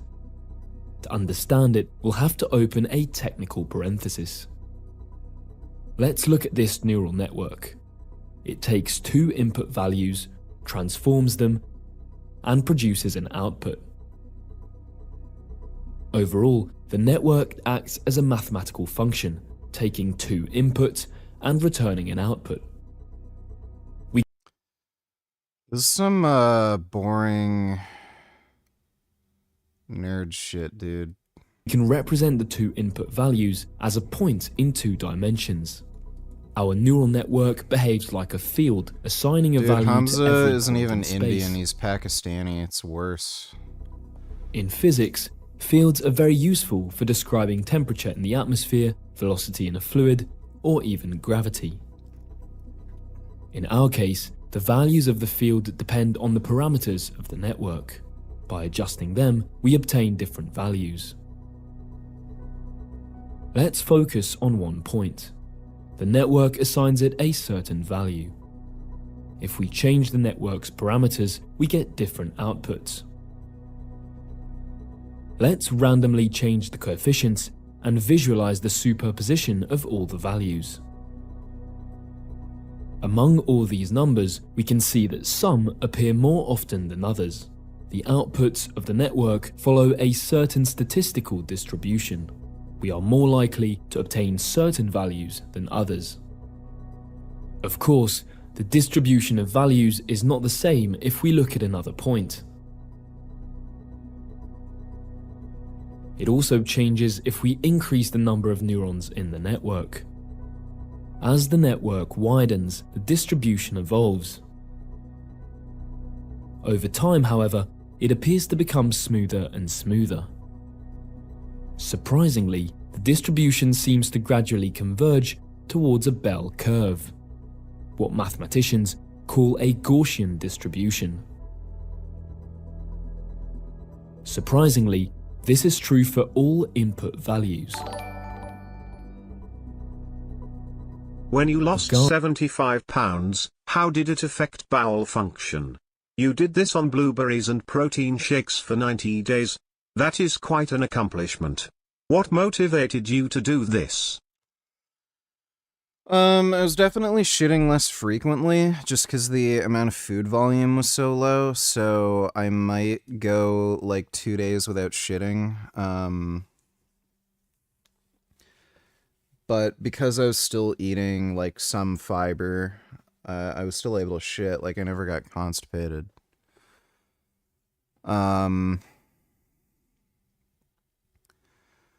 What motivated me to do it? I didn't want to be fat anymore. So I just wanted to lose the weight as quickly as possible, just so it's over and done with. I didn't want to have to waste my time and do it over the course of a year or two or something stupid, so I just wanted it over and done with as soon as possible. And from my previous experiences with dieting and everything, I knew exactly how fast I could lose weight. So I just targeted, what was it, like about 5 to 7 pounds a week. It was awful. It's really fucking hard, but I did it. Thanks for the donation, Real Steel Rumble. Regardless of the number of layers in the network. Thus, almost all neural networks converge towards this type of distribution when they become infinitely wide.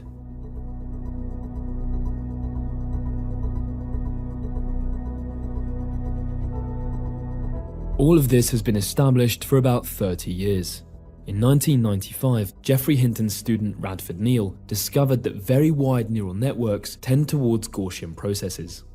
Fast forward to 2020, and a team of researchers at the newly formed IFI proposed an unexpected correspondence between this phenomenon and the behavior of quantum fields. As we have seen, a neural network can be interpreted as a field, assigning a value to every point in space. But in quantum physics, the behavior of particles which make up matter and govern interactions is described by quantum fields, which can be imagined as fields whose values fluctuate randomly. Particles are disturbances that propagate within this quantum field. In the simplest model of a quantum field, particles are independent and do not interact with each other. In this situation, the values of the field fluctuate according to a very specific distribution, a Gaussian distribution. In other words, a quantum field without interactions behaves in the same way as an infinitely wide neural network whose coefficients vary randomly. That said, in nature, particles interact with each other. I'm eating about and 3,000 physicists calculate calories these now. interactions by adding small corrections to the previous increase model. it. It's very hard for me to Similarly, eat a lot. in a real neural network, which is not infinitely wide, the statistical distribution of values is not perfectly Gaussian, but slightly different. Small corrections must be taken into account. Corrections that are analogous to those caused by interactions in particle physics. There is therefore a strong analogy between the behavior of neural networks and that of quantum fields. At present, quantum field theory is our best description of the world, but it is extremely complex to calculate. For instance, simulating the behavior of quarks within the nucleus of atoms is already a colossal challenge, even for the most powerful supercomputers. Some physicists now believe that neural networks could offer a new way of approaching these problems. They can already reproduce the statistics of a free field without interactions. More impressively, researchers have also reproduced fields with interactions, such as the 5-4 model, in which particles interact in pairs, or certain models of conformal fields with a certain symmetry. It is a fascinating approach, which is not yet capable of studying realistic situations, but which offers a completely new avenue for tackling certain theoretical problems in particle physics. This correspondence also allows us to study neural networks using tools from physics, such as Feynman diagrams, which are generally used to study interactions between particles. Okay, I did not understand any of that. I'm in like the 95th percentile. Alright, so read and weep, boys. Read and weep. Now let's check out adult. What's this? Black adult male head circumference standards. Because I just thought about this yesterday because there's a black guy at the gym and he wanted to compare our heights, and we were looking in the mirror standing side by side, shoulder to shoulder, and my head was like twice as big as his. How the hell is it almost the same? Hey, Gum Gum. Apparently the average size head for a male is 22.5 inches. I wouldn't want to be one of those small Beetlejuice-headed motherfuckers. And I also did another Google search here. What does a big head mean? AI overview. Thanks, Google. A big head can refer to someone who is arrogant or conceited, or can be a literal description of a large head, which may be called macrocephaly. Figurative meaning, arrogance. The most common meaning is an expression of conceit or an exaggerated sense of self-importance. That doesn't sound like me. Boasting. It's often used to describe someone who boasts or is full of themselves. Teasing. The key big head can be a playful or teasing remark, though it can also be an insult. Well, I'll take it as a compliment. Let's see what, let's go.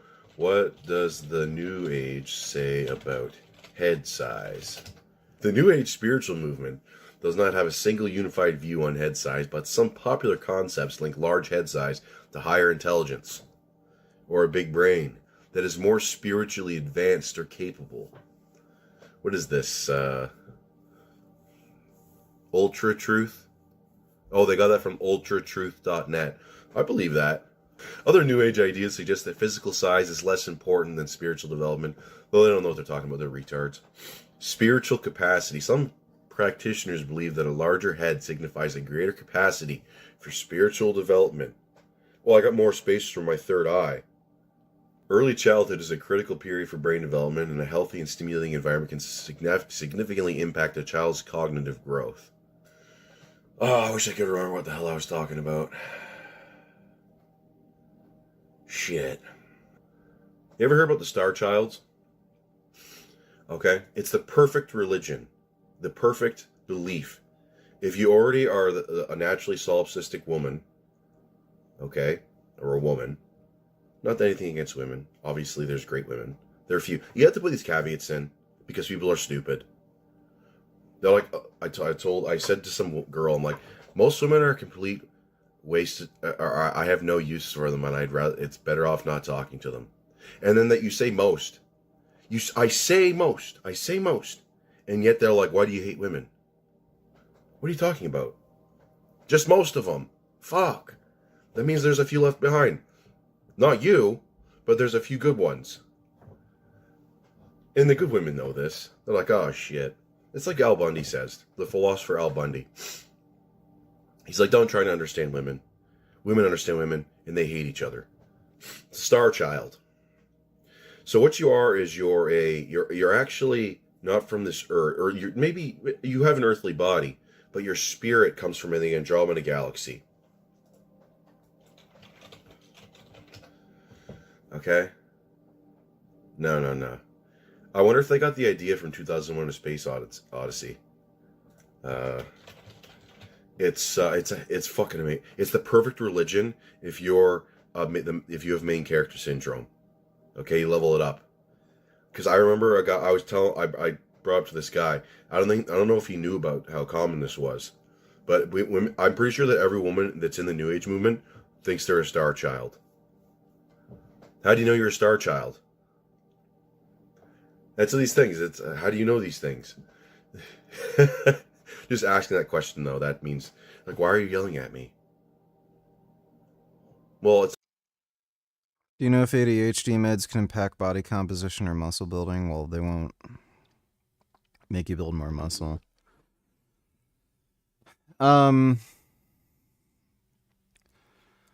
They're basically amphetamines, so it wouldn't surprise me if they reduce appetite and would make you more active. I haven't seen any direct research on ADHD meds and body composition, though.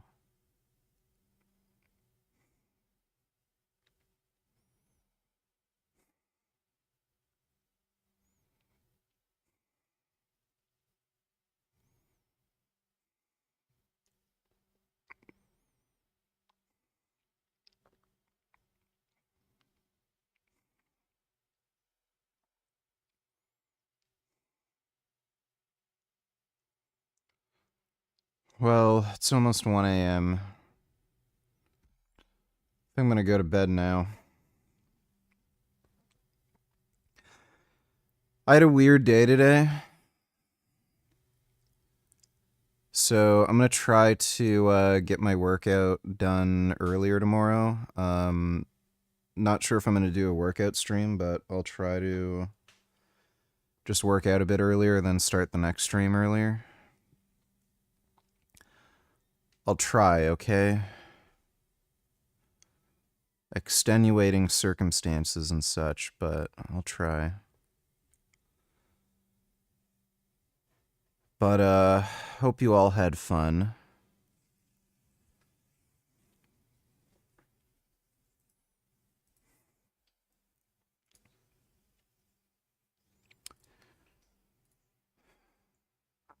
Pretty sure I am becoming ever more jacked.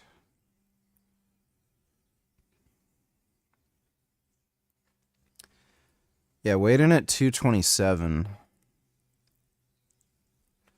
What I really noticed the last couple weeks is my legs have grown a fair bit. I think that's where a lot of the weight has been going.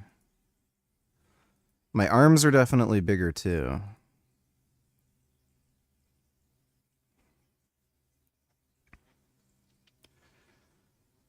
But, yeah, steroids seem to be working. So we'll keep doing those. And back in biceps tomorrow. That's the plan. So we'll we'll see if I'll do a workout stream tomorrow, but I'll be on tomorrow regardless. Try to keep a tighter schedule. But thanks again, everybody. Nighty night, and I will see you all tomorrow.